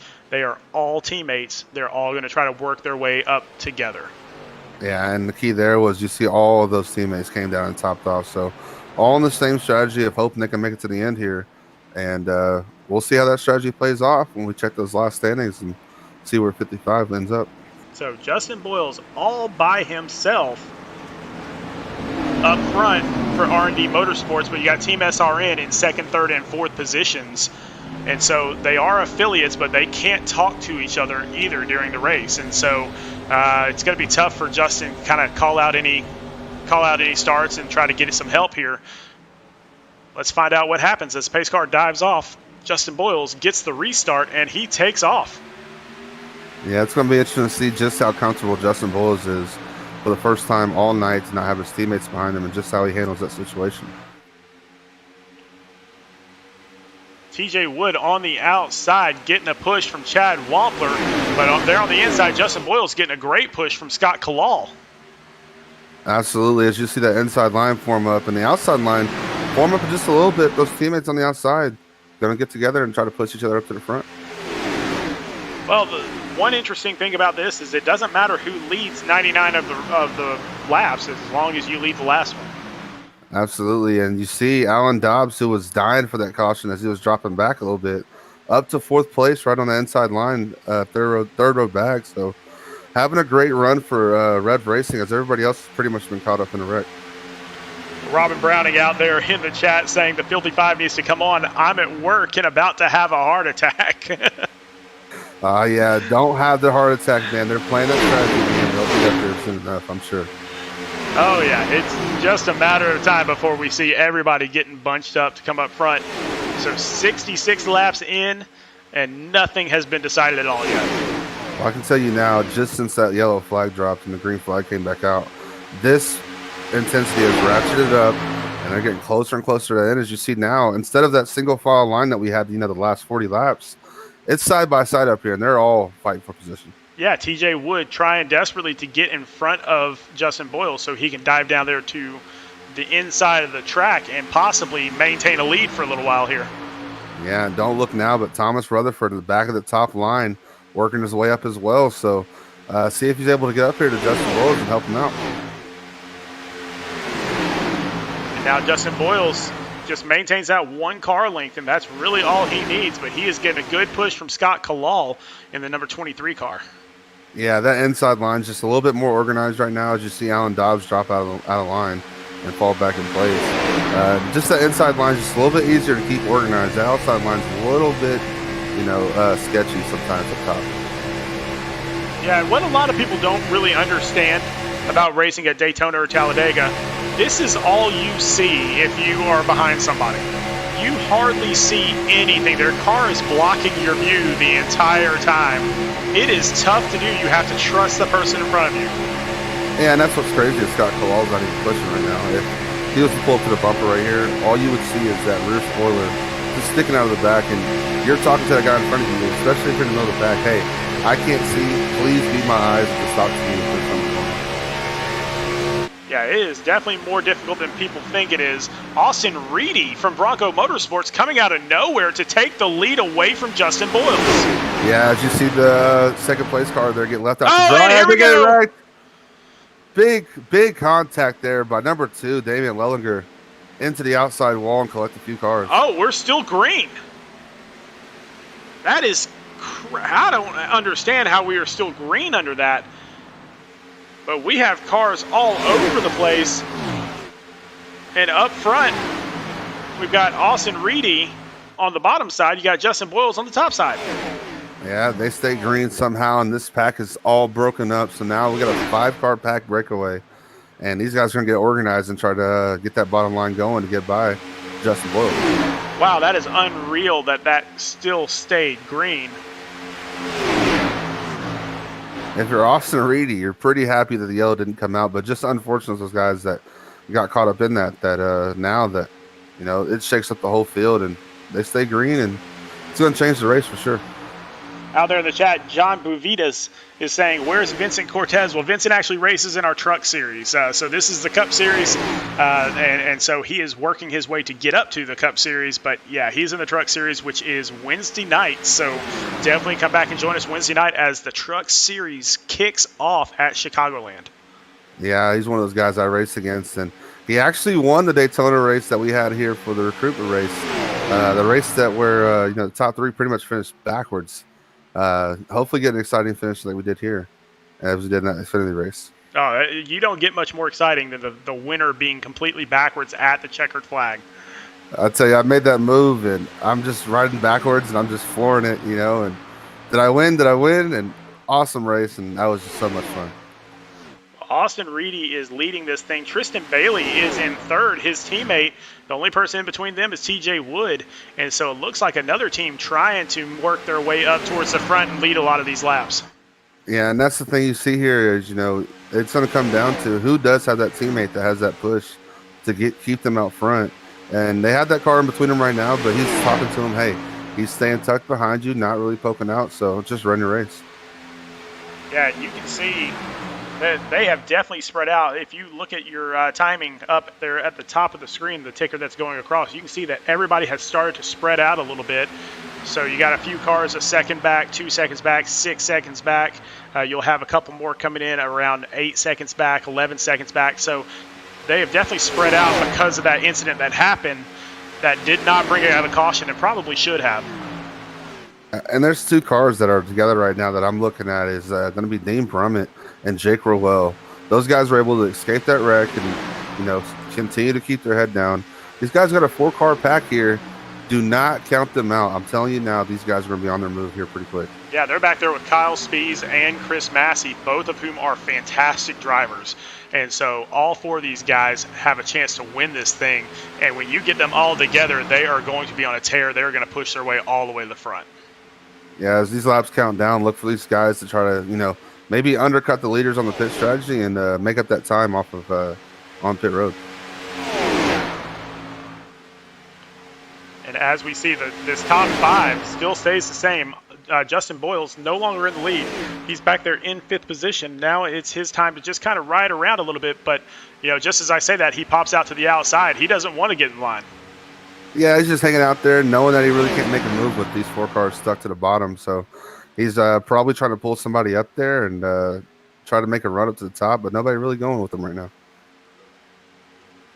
Yeah, he's just waiting for a teammate or a friend or a compadre or something to go up there with him, and nobody is taking the bait.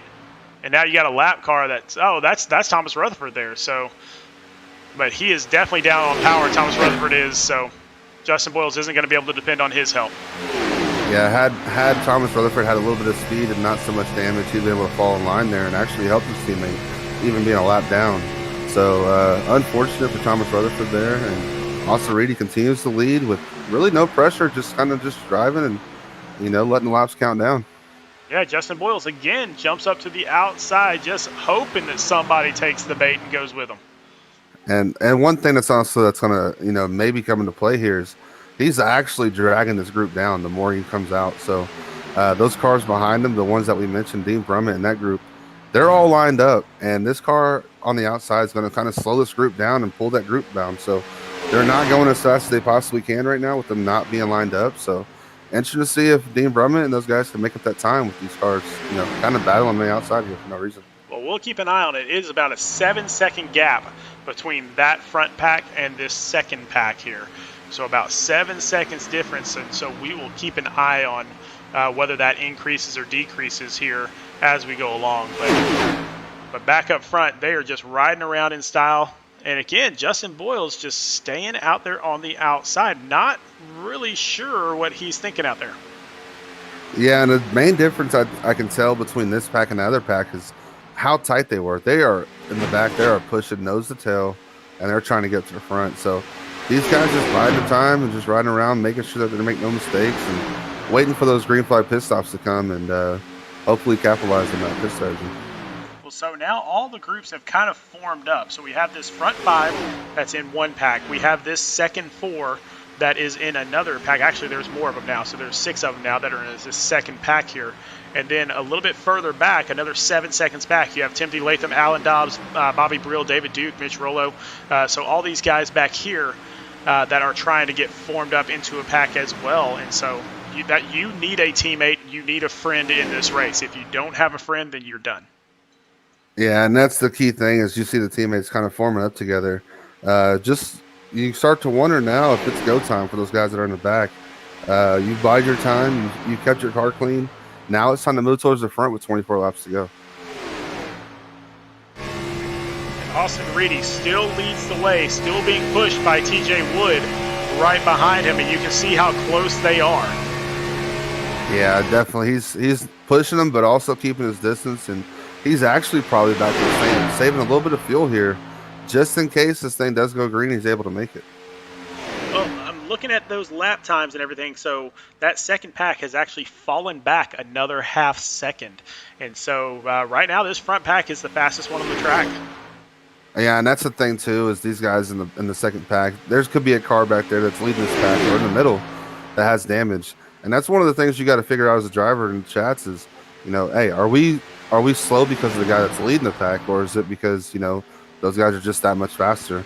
So hopefully those guys in the back are able to form it up and try to catch these guys. But these guys are pretty much on point right now with how these guys are running up front. Yeah, they're doing a great job just keeping it clean, just biding their time. And if these front 5 have it their way, then they'll race for the championship. They'll race for this entire title. They're okay with it. Oh yeah, and if you're one of these 5 cars, that's one of the things you're thinking of.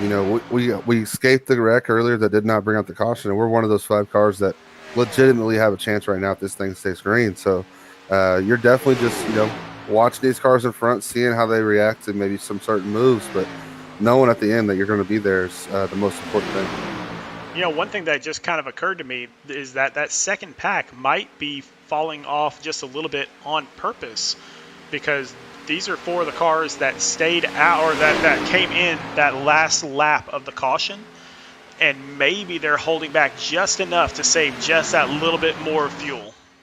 That's those filthy 5, and that's the main thing here with Austin Reedy. As he's leading this pack, which means he's full throttle 99% of the time. Whereas, this person second, TJ Wood, he is right now probably 3/4 throttle and just riding around. So, yes, he is saving fuel. And if those guys back there are all 3/4 throttle, then they definitely are saving fuel knowing that they came in and topped off. Well, we're going to figure it out here in 21 laps to see if this is a fuel strategy race or if this is going to be a driver race. But right now, this front pack, this front 5 up here, doing a great job just kind of keeping it together, but staying far enough apart that they don't damage each other. Yeah, and the one thing, if you're Austin Reedy, you're thinking too, knowing those guys topped off, and yes, you are pulling them, is do you surrender this lead to drop back and maybe save some fuel as well? Because he's been leading this pack since the green flag dropped, so he hasn't really been saving. So it's either that, or do you come in a short pit knowing that, hey, I can make it the rest of the way, and if we got pit stops. We got pit stops going now. Jake Rowell, Dean Brummett coming into pit as teammates. They are coming down pit lane right now. Oh, and Jake Rowell misses his pit. It looks like Dean Brummett did as well. Complete unfortunate mistake there. As we talked about it earlier, getting on and off pit road includes getting into your pit stop cleanly. And both of them backed up, lost a little bit of time there, hopefully able to make it up on the track. We will see what happens there. They're definitely being sure that they have plenty of fuel and tires. They might try to make a run at this, but these front cars, I think that all these front cars are going to have to come in and pit anyway, because we were talking 27, 28 laps, and they last pitted on lap 62, which would get them to about lap 90. And so I just don't think they have the fuel strategy there. And so Dean Brummett and Jake Rowell coming in right now, that might be the move of the race. Yeah, and that might be the move that brings these cars down. We're going to look here to see if they actually pit. But, strategy coming into play now is the when you pit and when's the right time. And again, the key of getting on and off pit road here at Daytona is just so crucial for these front five. And so I don't believe they're going to come in just yet. They're going to give it a couple more laps. The main thing for this front five is communication between the teams that are on the, that are in this front five, and also the individuals that aren't, knowing that, hey, we're going to come down here. This is the lap that we've already called, and just making sure that you don't get into each other. That's going to be the main thing, getting on and off pit road. And David Duke and Jordan Sailors also pitted just now, so we got a couple guys out there that are ready to go the distance. Oh yeah, we'll see if they're able to get back together and push their way to the front. If you come in pit road, like that's going to be another key thing for this top five is, if you come in and miss your pit road like a Dean Brummett did, or miss your pit stop, then that's time that you've lost. And now you're going to come out with these guys where the four that did not miss their stall are going to get on and off and come out together, and you're going to be a sitting duck by yourself. So a lot of pressure on these drivers coming down, making these straight flat pit stops. Got a couple guys out there in the chat right now. David Leakey and Taylor Smith both going for David Duke. And Taylor Smith, a great car salesman, sold my mother-in-law her car. We love him. We love him being in this area, and good friend.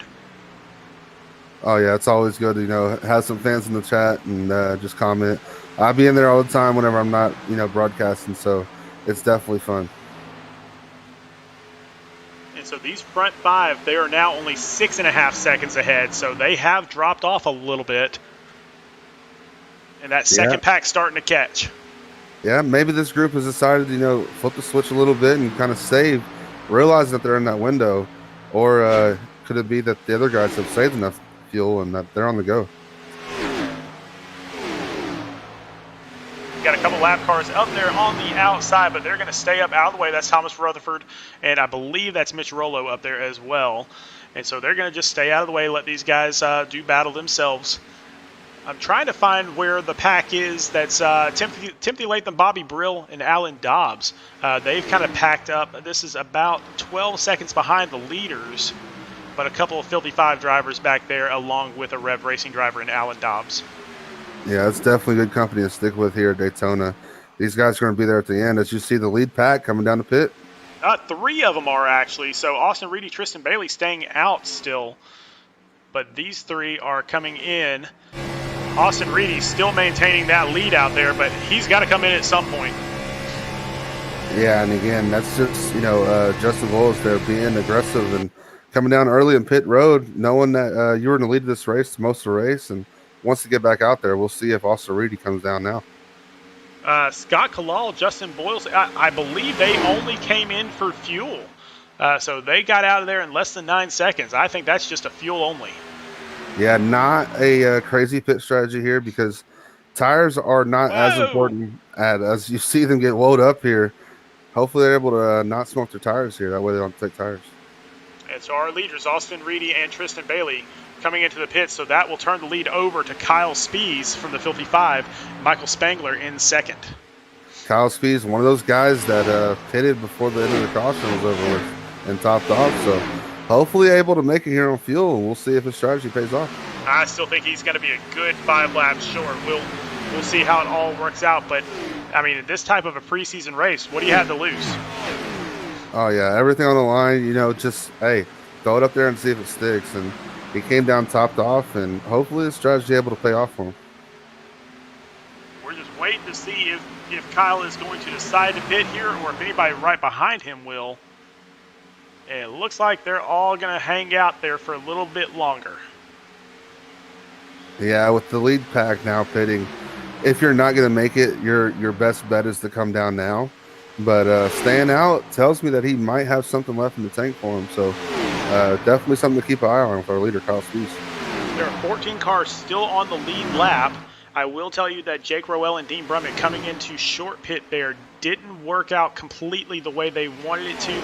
Justin Boyles, Tristan Bailey, Austin Reedy, Scott Kalal, they all came out ahead of Dean Brummett and Jake Rowell. So Dean and Jake still have some work to do.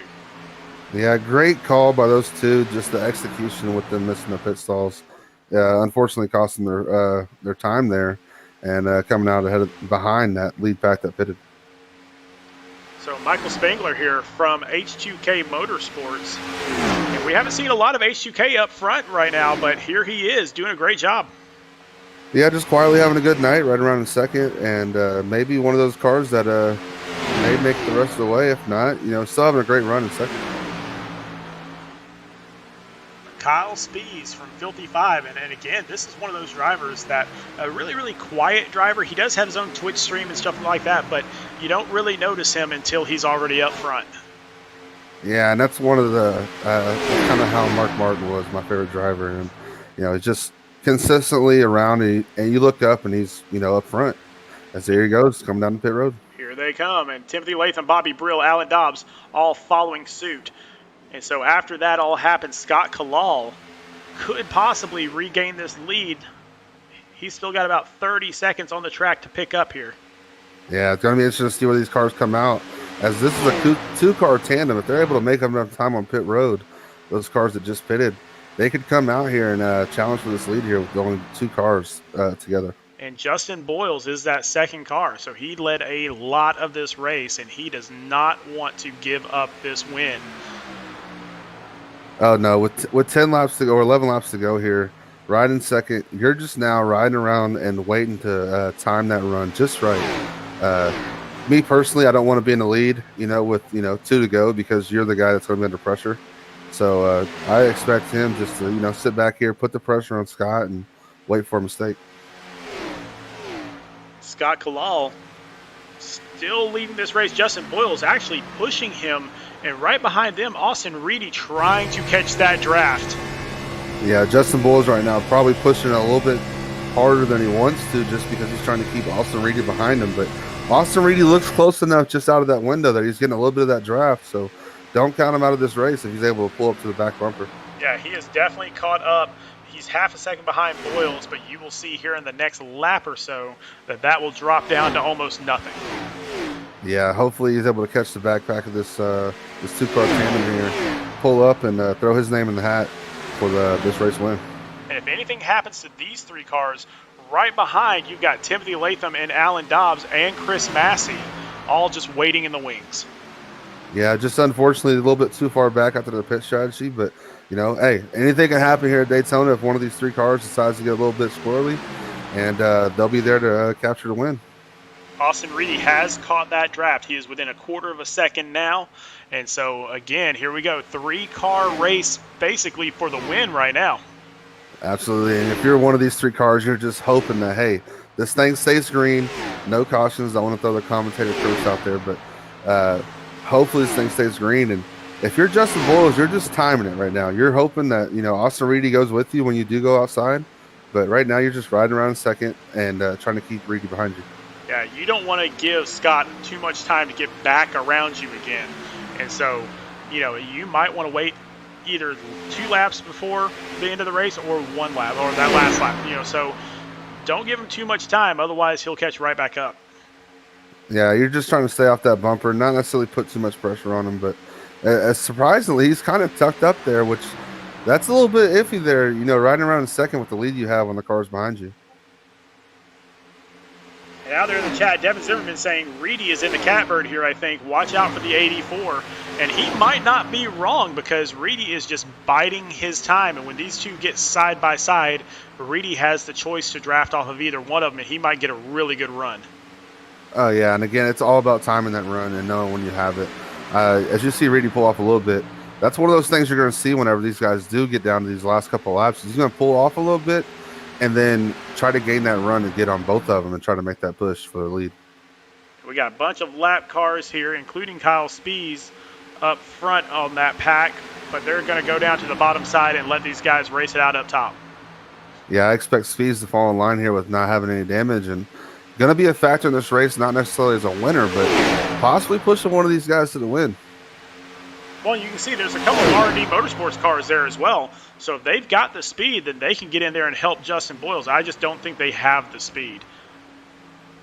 Yeah, as you see them drop to the pack, as long as they stay in this lead lap, they have a chance to stay up there with Justin Boyles and possibly help him.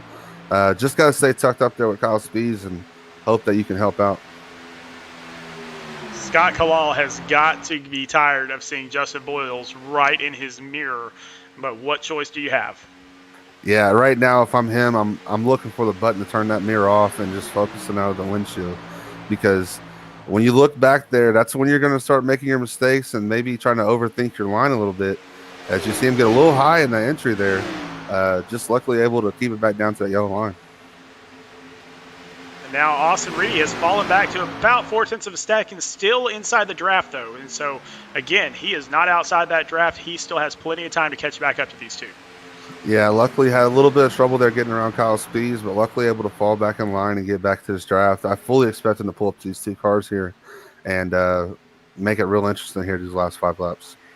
Fourth and fifth place are all the way back 8.5 seconds. So they should not be a factor here unless the yellow comes out. Yeah, and if you're Kalal right now in that car, you're just telling yourself, 5 more laps, you're counting it down, and you're in the lead right now. But hey, any move can happen, so you're just waiting for that move to make and how you're going to counter it. Yeah, you have to make the decision. Do you block, do you defend, or do you keep your line at the bottom? Oh, as we got a car spinning the backstretch, hopefully does not bring out the caution. That is that David Duke? I believe that's David Duke. Yep, and it does bring out the caution. So wow, you can see he backed it up. He backed it up. He tried to get off the track so that way there wouldn't be a caution, but it ended up there was. And that changes absolutely everything right here. Let's go back and check it out. So David Duke was riding around with his teammate, and that is Jordan Sailors. But it looked like Kyle Spees was on the outside, and David Duke just kind of popped to the outside and just got into Kyle Spees a little bit. And again, just spinning around, and watch his move here. He's going to try to dive off the track so he doesn't cause a yellow, but it gets called anyway. Yeah, and unfortunate for Kyle Spees there because he was a lucky dog. Had a caution came out, but he was involved in an incident, so that lucky dog was going to transfer to the next car a lap down, and some lucky individual just got lucky and back on the lead lap and another chance to win this race. Let's take a look at this from a different angle. You can see just coming off that corner, just not enough room. Yeah, not sure why he was wanting to come up, or maybe just, maybe it caught that apron or something, but just unfortunate there that, he thought he was clear and he wasn't. Yeah, sometimes when you're drafting somebody and you come off that corner, your car kind of slides up to the top a little bit, and that may have been what just happened there, but that's pretty much going to end his race. So a lot of disappointed fans out there in the chat already. Yeah, unfortunate there. We're going to have 12 cars in the lead lap here, battling out for this lead. And unfortunately, I do not think this is going to be our last yellow. Well, so we got Jake Rowell and Dean Brummett actually coming into the pits, which is a strange move with only 3 laps to go. But I think they may be agreeing with you. I think they are hoping that there are more green, white checker flags than just one. Yeah, fortunately for them, they're coming down, getting new tires. These guys are on older tires, which doesn't necessarily play a factor here at Daytona as far as speed.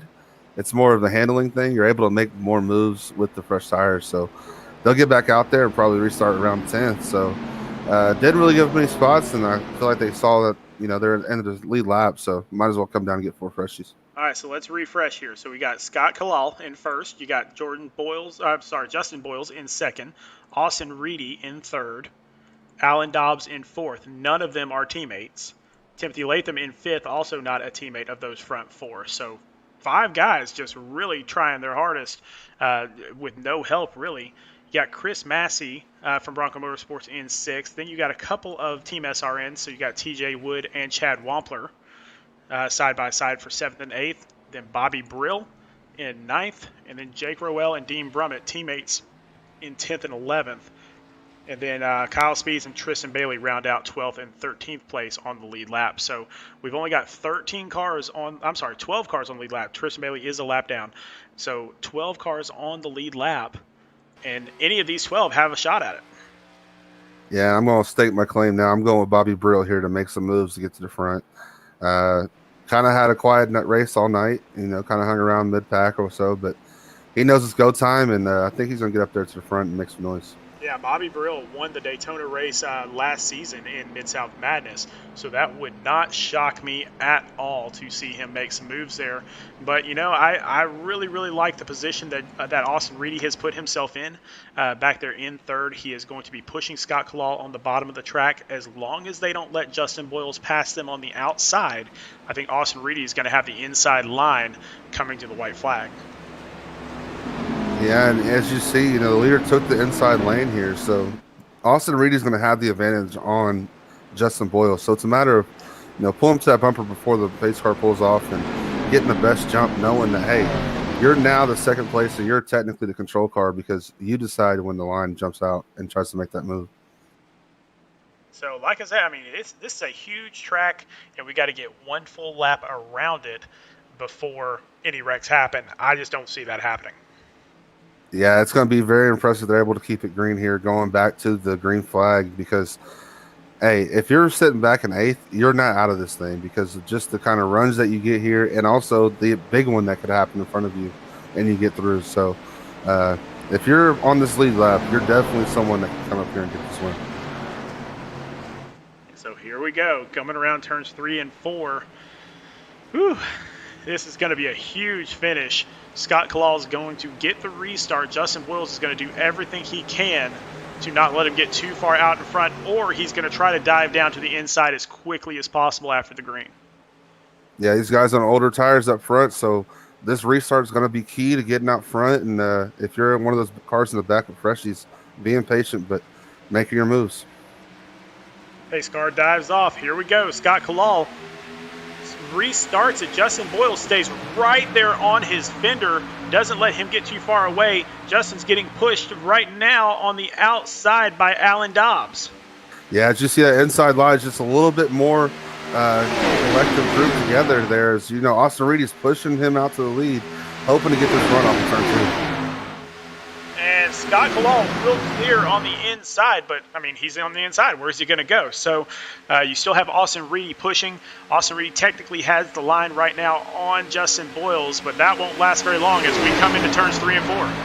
Yeah, if you're Austin Reedy here, you're looking to push him out front, clear Justin Boyles, and jump out to the outside and try to make that pass. So here we come to the white flag as they're going to keep it clean. Oh, Justin Boyles! Spoke too soon as they're going to turn and the yellow comes out. Justin Boyles gets pushed just a little too hard, and that's going to end his race. Unfortunately, what a great run from Justin Boyles. Oh, my goodness. He led the entire race, basically, and then he is in the wall. Now, let's go back and find out what happened.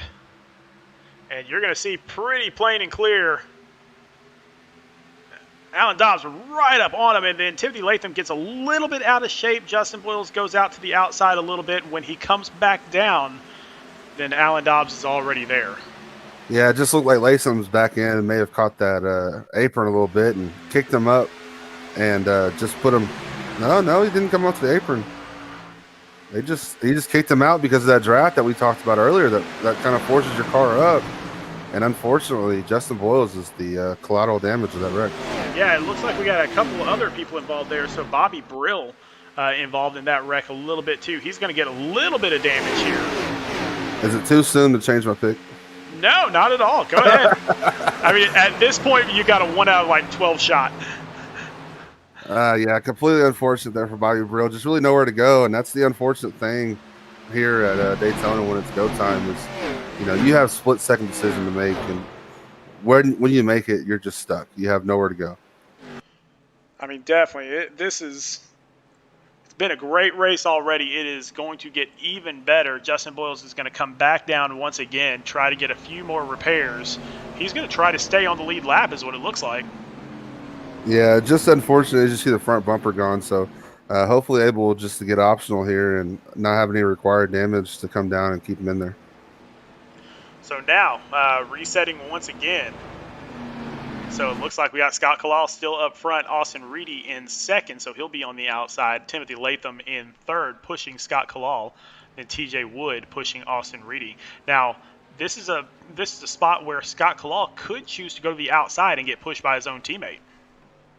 Yeah, just looking at TJ Wood's front bumper there, he's probably talking to his teammate and say, hey, I got a little bit of damage from that last wreck. So I think that Austin Reedy will stay to the bottom here, hopefully. just because of the better push that you'll get, knowing that TJ Wood could be down on power. Well, and then back behind TJ, we got Bobby Brill, and then you have Jake Rowell, who pitted back on lap 97 during a caution for tires and fuel. Chris Massey, and then Jake's teammate Dean Brummett is going to be pushing him. So that might be the strategy. You got a couple teammates there. Yeah, do not sleep on Jake Rowell here, sitting in the 6th spot, because he didn't get caught up in that wreck. As you see, his car was still clean, so hopefully able to get up here and make some noise with these first 2 drivers. But unfortunately, has the couple cars that are damaged in front of him, so it may hold him up. So Devin Zimmerman out there in the chat, he's actually changed his pick about 6 different times. So Reedy's in the catbird here, I think. Watch out for the 84. And then looks like Devin Zimmerman is saying that, hey, lead him, Browning, good shot at it here.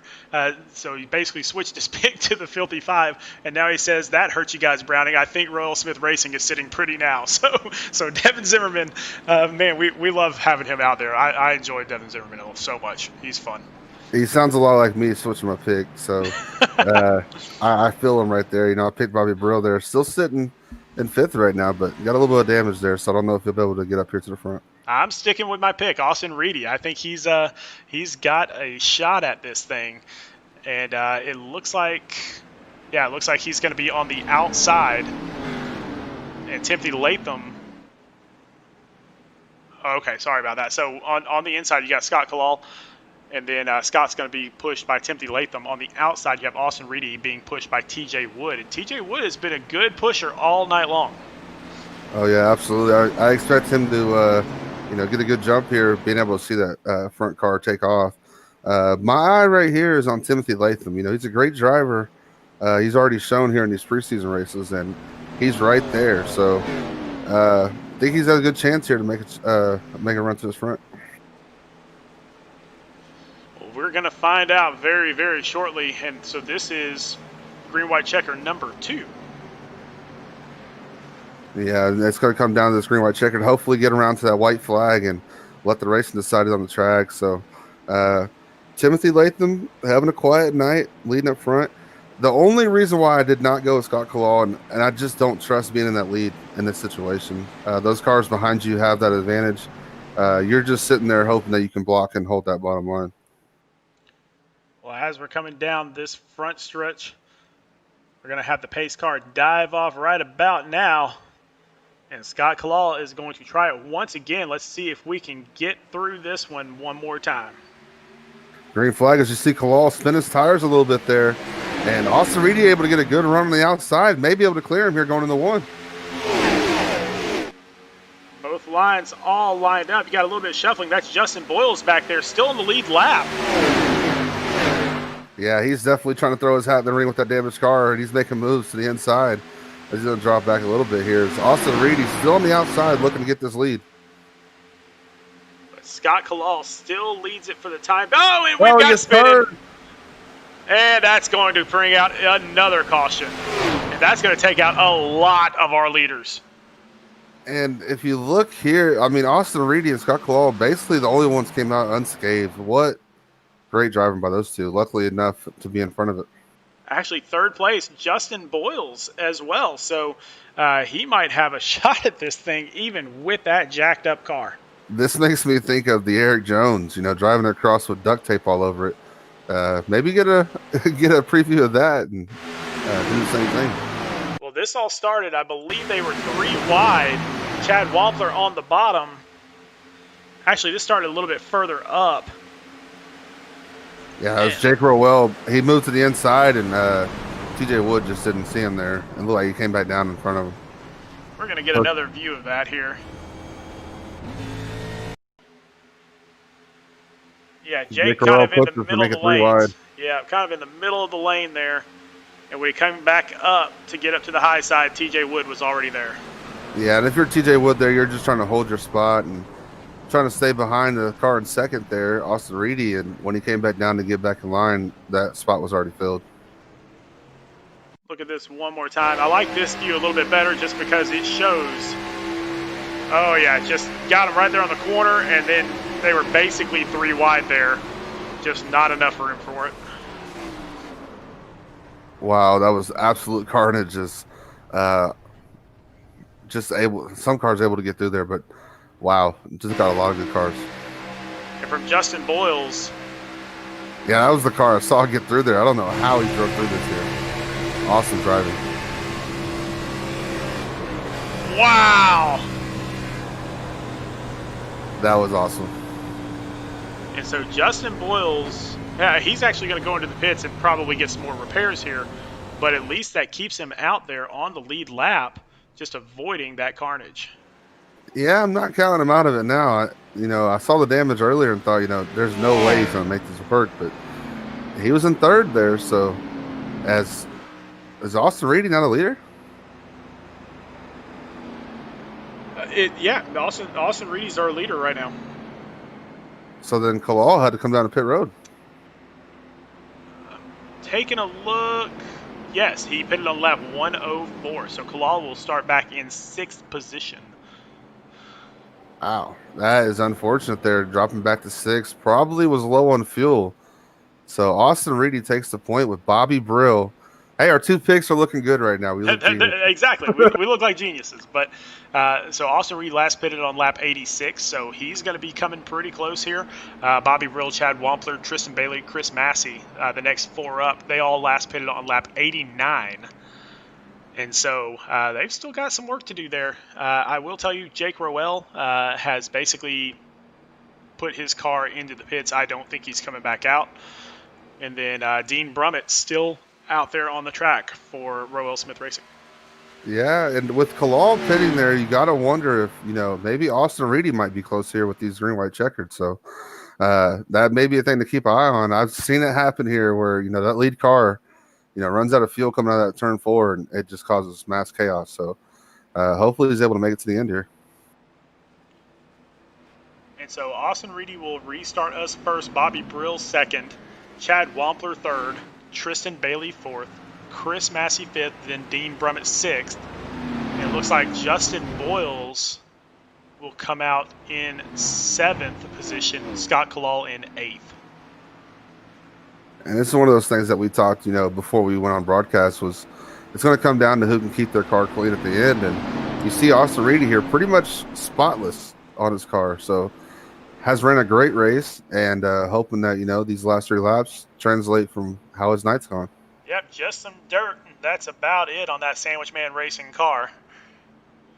Looks like a great sandwich, by the way. It does. After a race like this, I could go for a sandwich. As we come down the backstretch under caution one last time, if you're Austin Reedy here, you look at who's behind you.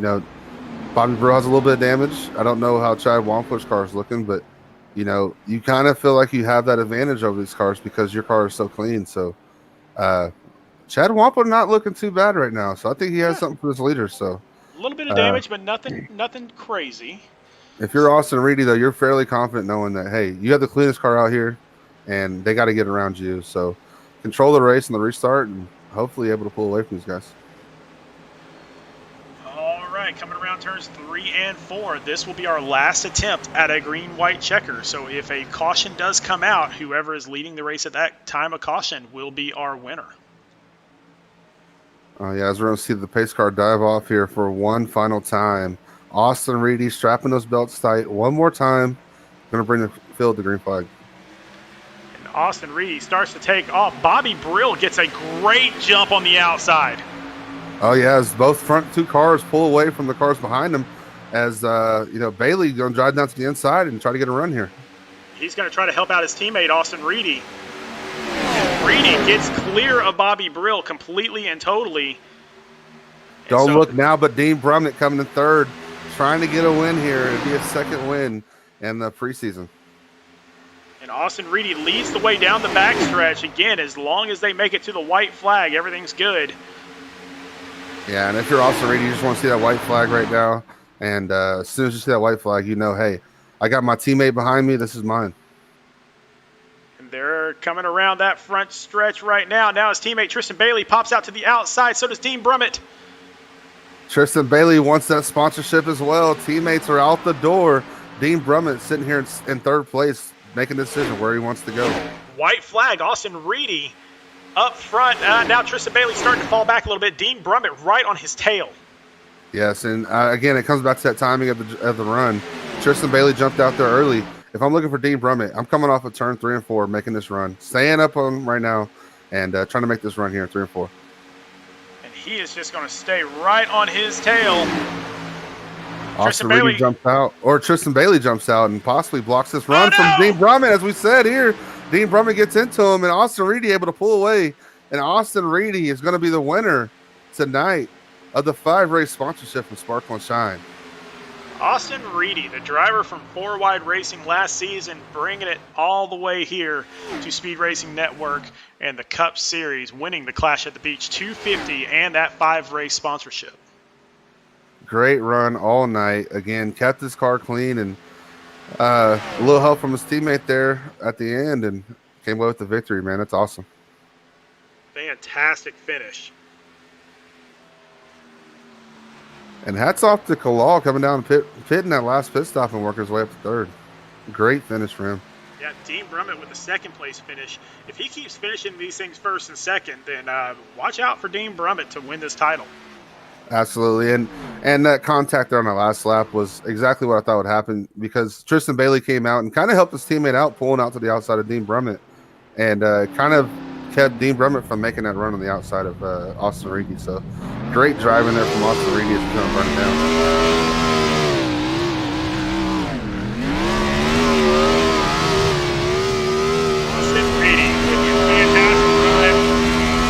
Likely the cleanest car out there on the track. Yeah, it's not going to be too much clean for longer as he's doing these donuts in the grass, just burning it down, and I'm sure he's ecstatic inside that cockpit right now. I bet he is, and there he is with his teammate. I believe that's Chris Massey. Very great.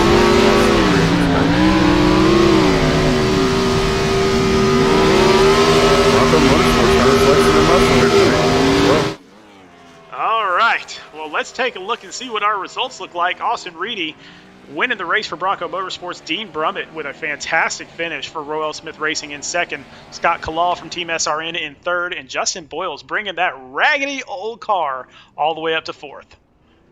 Tristan Bailey comes home in fifth for Bronco Motorsports, and Timothy Latham in sixth for 55 Motorsports. Chad Wampler for Team SRN, and Chris Massey coming in eighth for Bronco Motorsports. Bobby Brill will take ninth position for 55, and then Mitch Rollo for R&D Motorsports, who led a lot of this race there in the beginning. He will take 10th. Jake Rowell in 11th after being involved in that last caution. TJ Wood in 12th after also being involved in the last caution. Thomas Rutherford comes in 13th for R&D Motorsports, was up front for majority of the night, just got caught up in some unfortunate incidents. Alan Dobbs comes home in 14th for Red Racing. Jordan Saylor's 15th for R&D Motorsports, and number 16th, Kyle Spees for 55. Ira Kohlhaas from Team SRN in 17th. David Duke from R&D Motorsports in 18th. Michael Spengler from H2K Motorsports in 19th. And then Brandon Browning from 55 back in 20th position. All right, let's see if we can't talk to some of these guys. Let's see if we can pull Scott Kalal in here and find out what he was thinking, because he had a good run on this race a little bit earlier.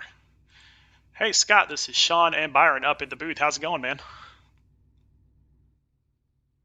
Hello, Scott. Are you with us? Look like he might have stepped away from the mic. Scott? I believe he did. All right, well, I'll tell you what, we will drop him right back down. You probably got a little early celebration for that podium finish. and that's okay. That's the way it's supposed to work. So we'll drop him back down into his team. Let's see if we can get Dean Brummett up here. Dean is always a good one for an interview. Let's see if we can grab him. Hey, Dean Brummett, Sean, and Byron up in the booth. How's it going, brother? It's going good, buddy. How about yourself? Man, it's going great. I know I wasn't breathing during that last lap. How are you doing? And I'll tell you what, I hate for it to end it that way. Congrats to Austin. We got to quit having those him winning and me finish second moments. But man, I tell you what, it was something else when him and Tristan came to the line and they split coming to the white flag. I was like, okay, if I push Tristan on the outside, the second he gets clear, I'm getting hung out. So I went ahead and pushed Austin, hoping to get a big run. And when I got that run, got him down the backstretch, and was hoping that it was going to push him far enough away from Tristan to where he could, to where I could try to set him up. And man, I tell you what, Tristan just caught a heck of a draft on me, came flying down the backstretch, and he really didn't have anywhere to go with the momentum but high. And he tried side drafting, and I think we got a little net code when he got to my right rear, and because I mean it abruptly just kind of turned up the track and sent him into the wall. All the replays just look very net cody to say the least. Well, Dean, you had another great run. We might want to make this like a weekly segment where we just come talk to you with the second place finish again, man. We talked about your confidence level coming into the season. Just how much does this help, with it being a super speedway and knowing that, hey, Royal Smith Racing was up here competing for a win, and it was Dean Brummett once again. Oh man, it feels good, man. I mean, when it comes to these plate tracks, I'll be honest, I hate this style of racing. I mean, it's so much luck, and I feel like we got pretty lucky throughout the night. Um, you know, finally got some damage actually on the car on lap 104, but it wasn't anything crazy, and still let me compete. So, usually when it comes to these plate races, I'm not finishing quite this high just due to other circumstances. But like I said, I mean, for what it was, I definitely wanted to grab that 5-race sponsorship. But we position one is position one for a reason. Well, man, you've had a great preseason. Can't wait to see if you pull this into the regular season. What is your outlook on the team? I know Scott got involved a little bit early in a caution, and then Jake got involved really late in a caution. But what do you see from Royal Smith Racing going forward? Yeah, I see a lot of good here. Throughout the preseason, you know uh, it's not like football preseason or basketball or baseball where there's just you're trying to figure out who you want on your team. We have our team. Our team is what our team is, and at this point in time, we all have our strengths. I feel like when it comes to these plate tracks, we definitely can be strong. Not to sound arrogant, but I was looking over the entirety of the schedule itself, and I kind of laughed and jokingly made the comment to one of my relatives today that I legitimately, with everything in me, think I can win 10 to 14 races that are on the schedule. But, if that actually wound up happening, I think I'd probably have to retire at that point.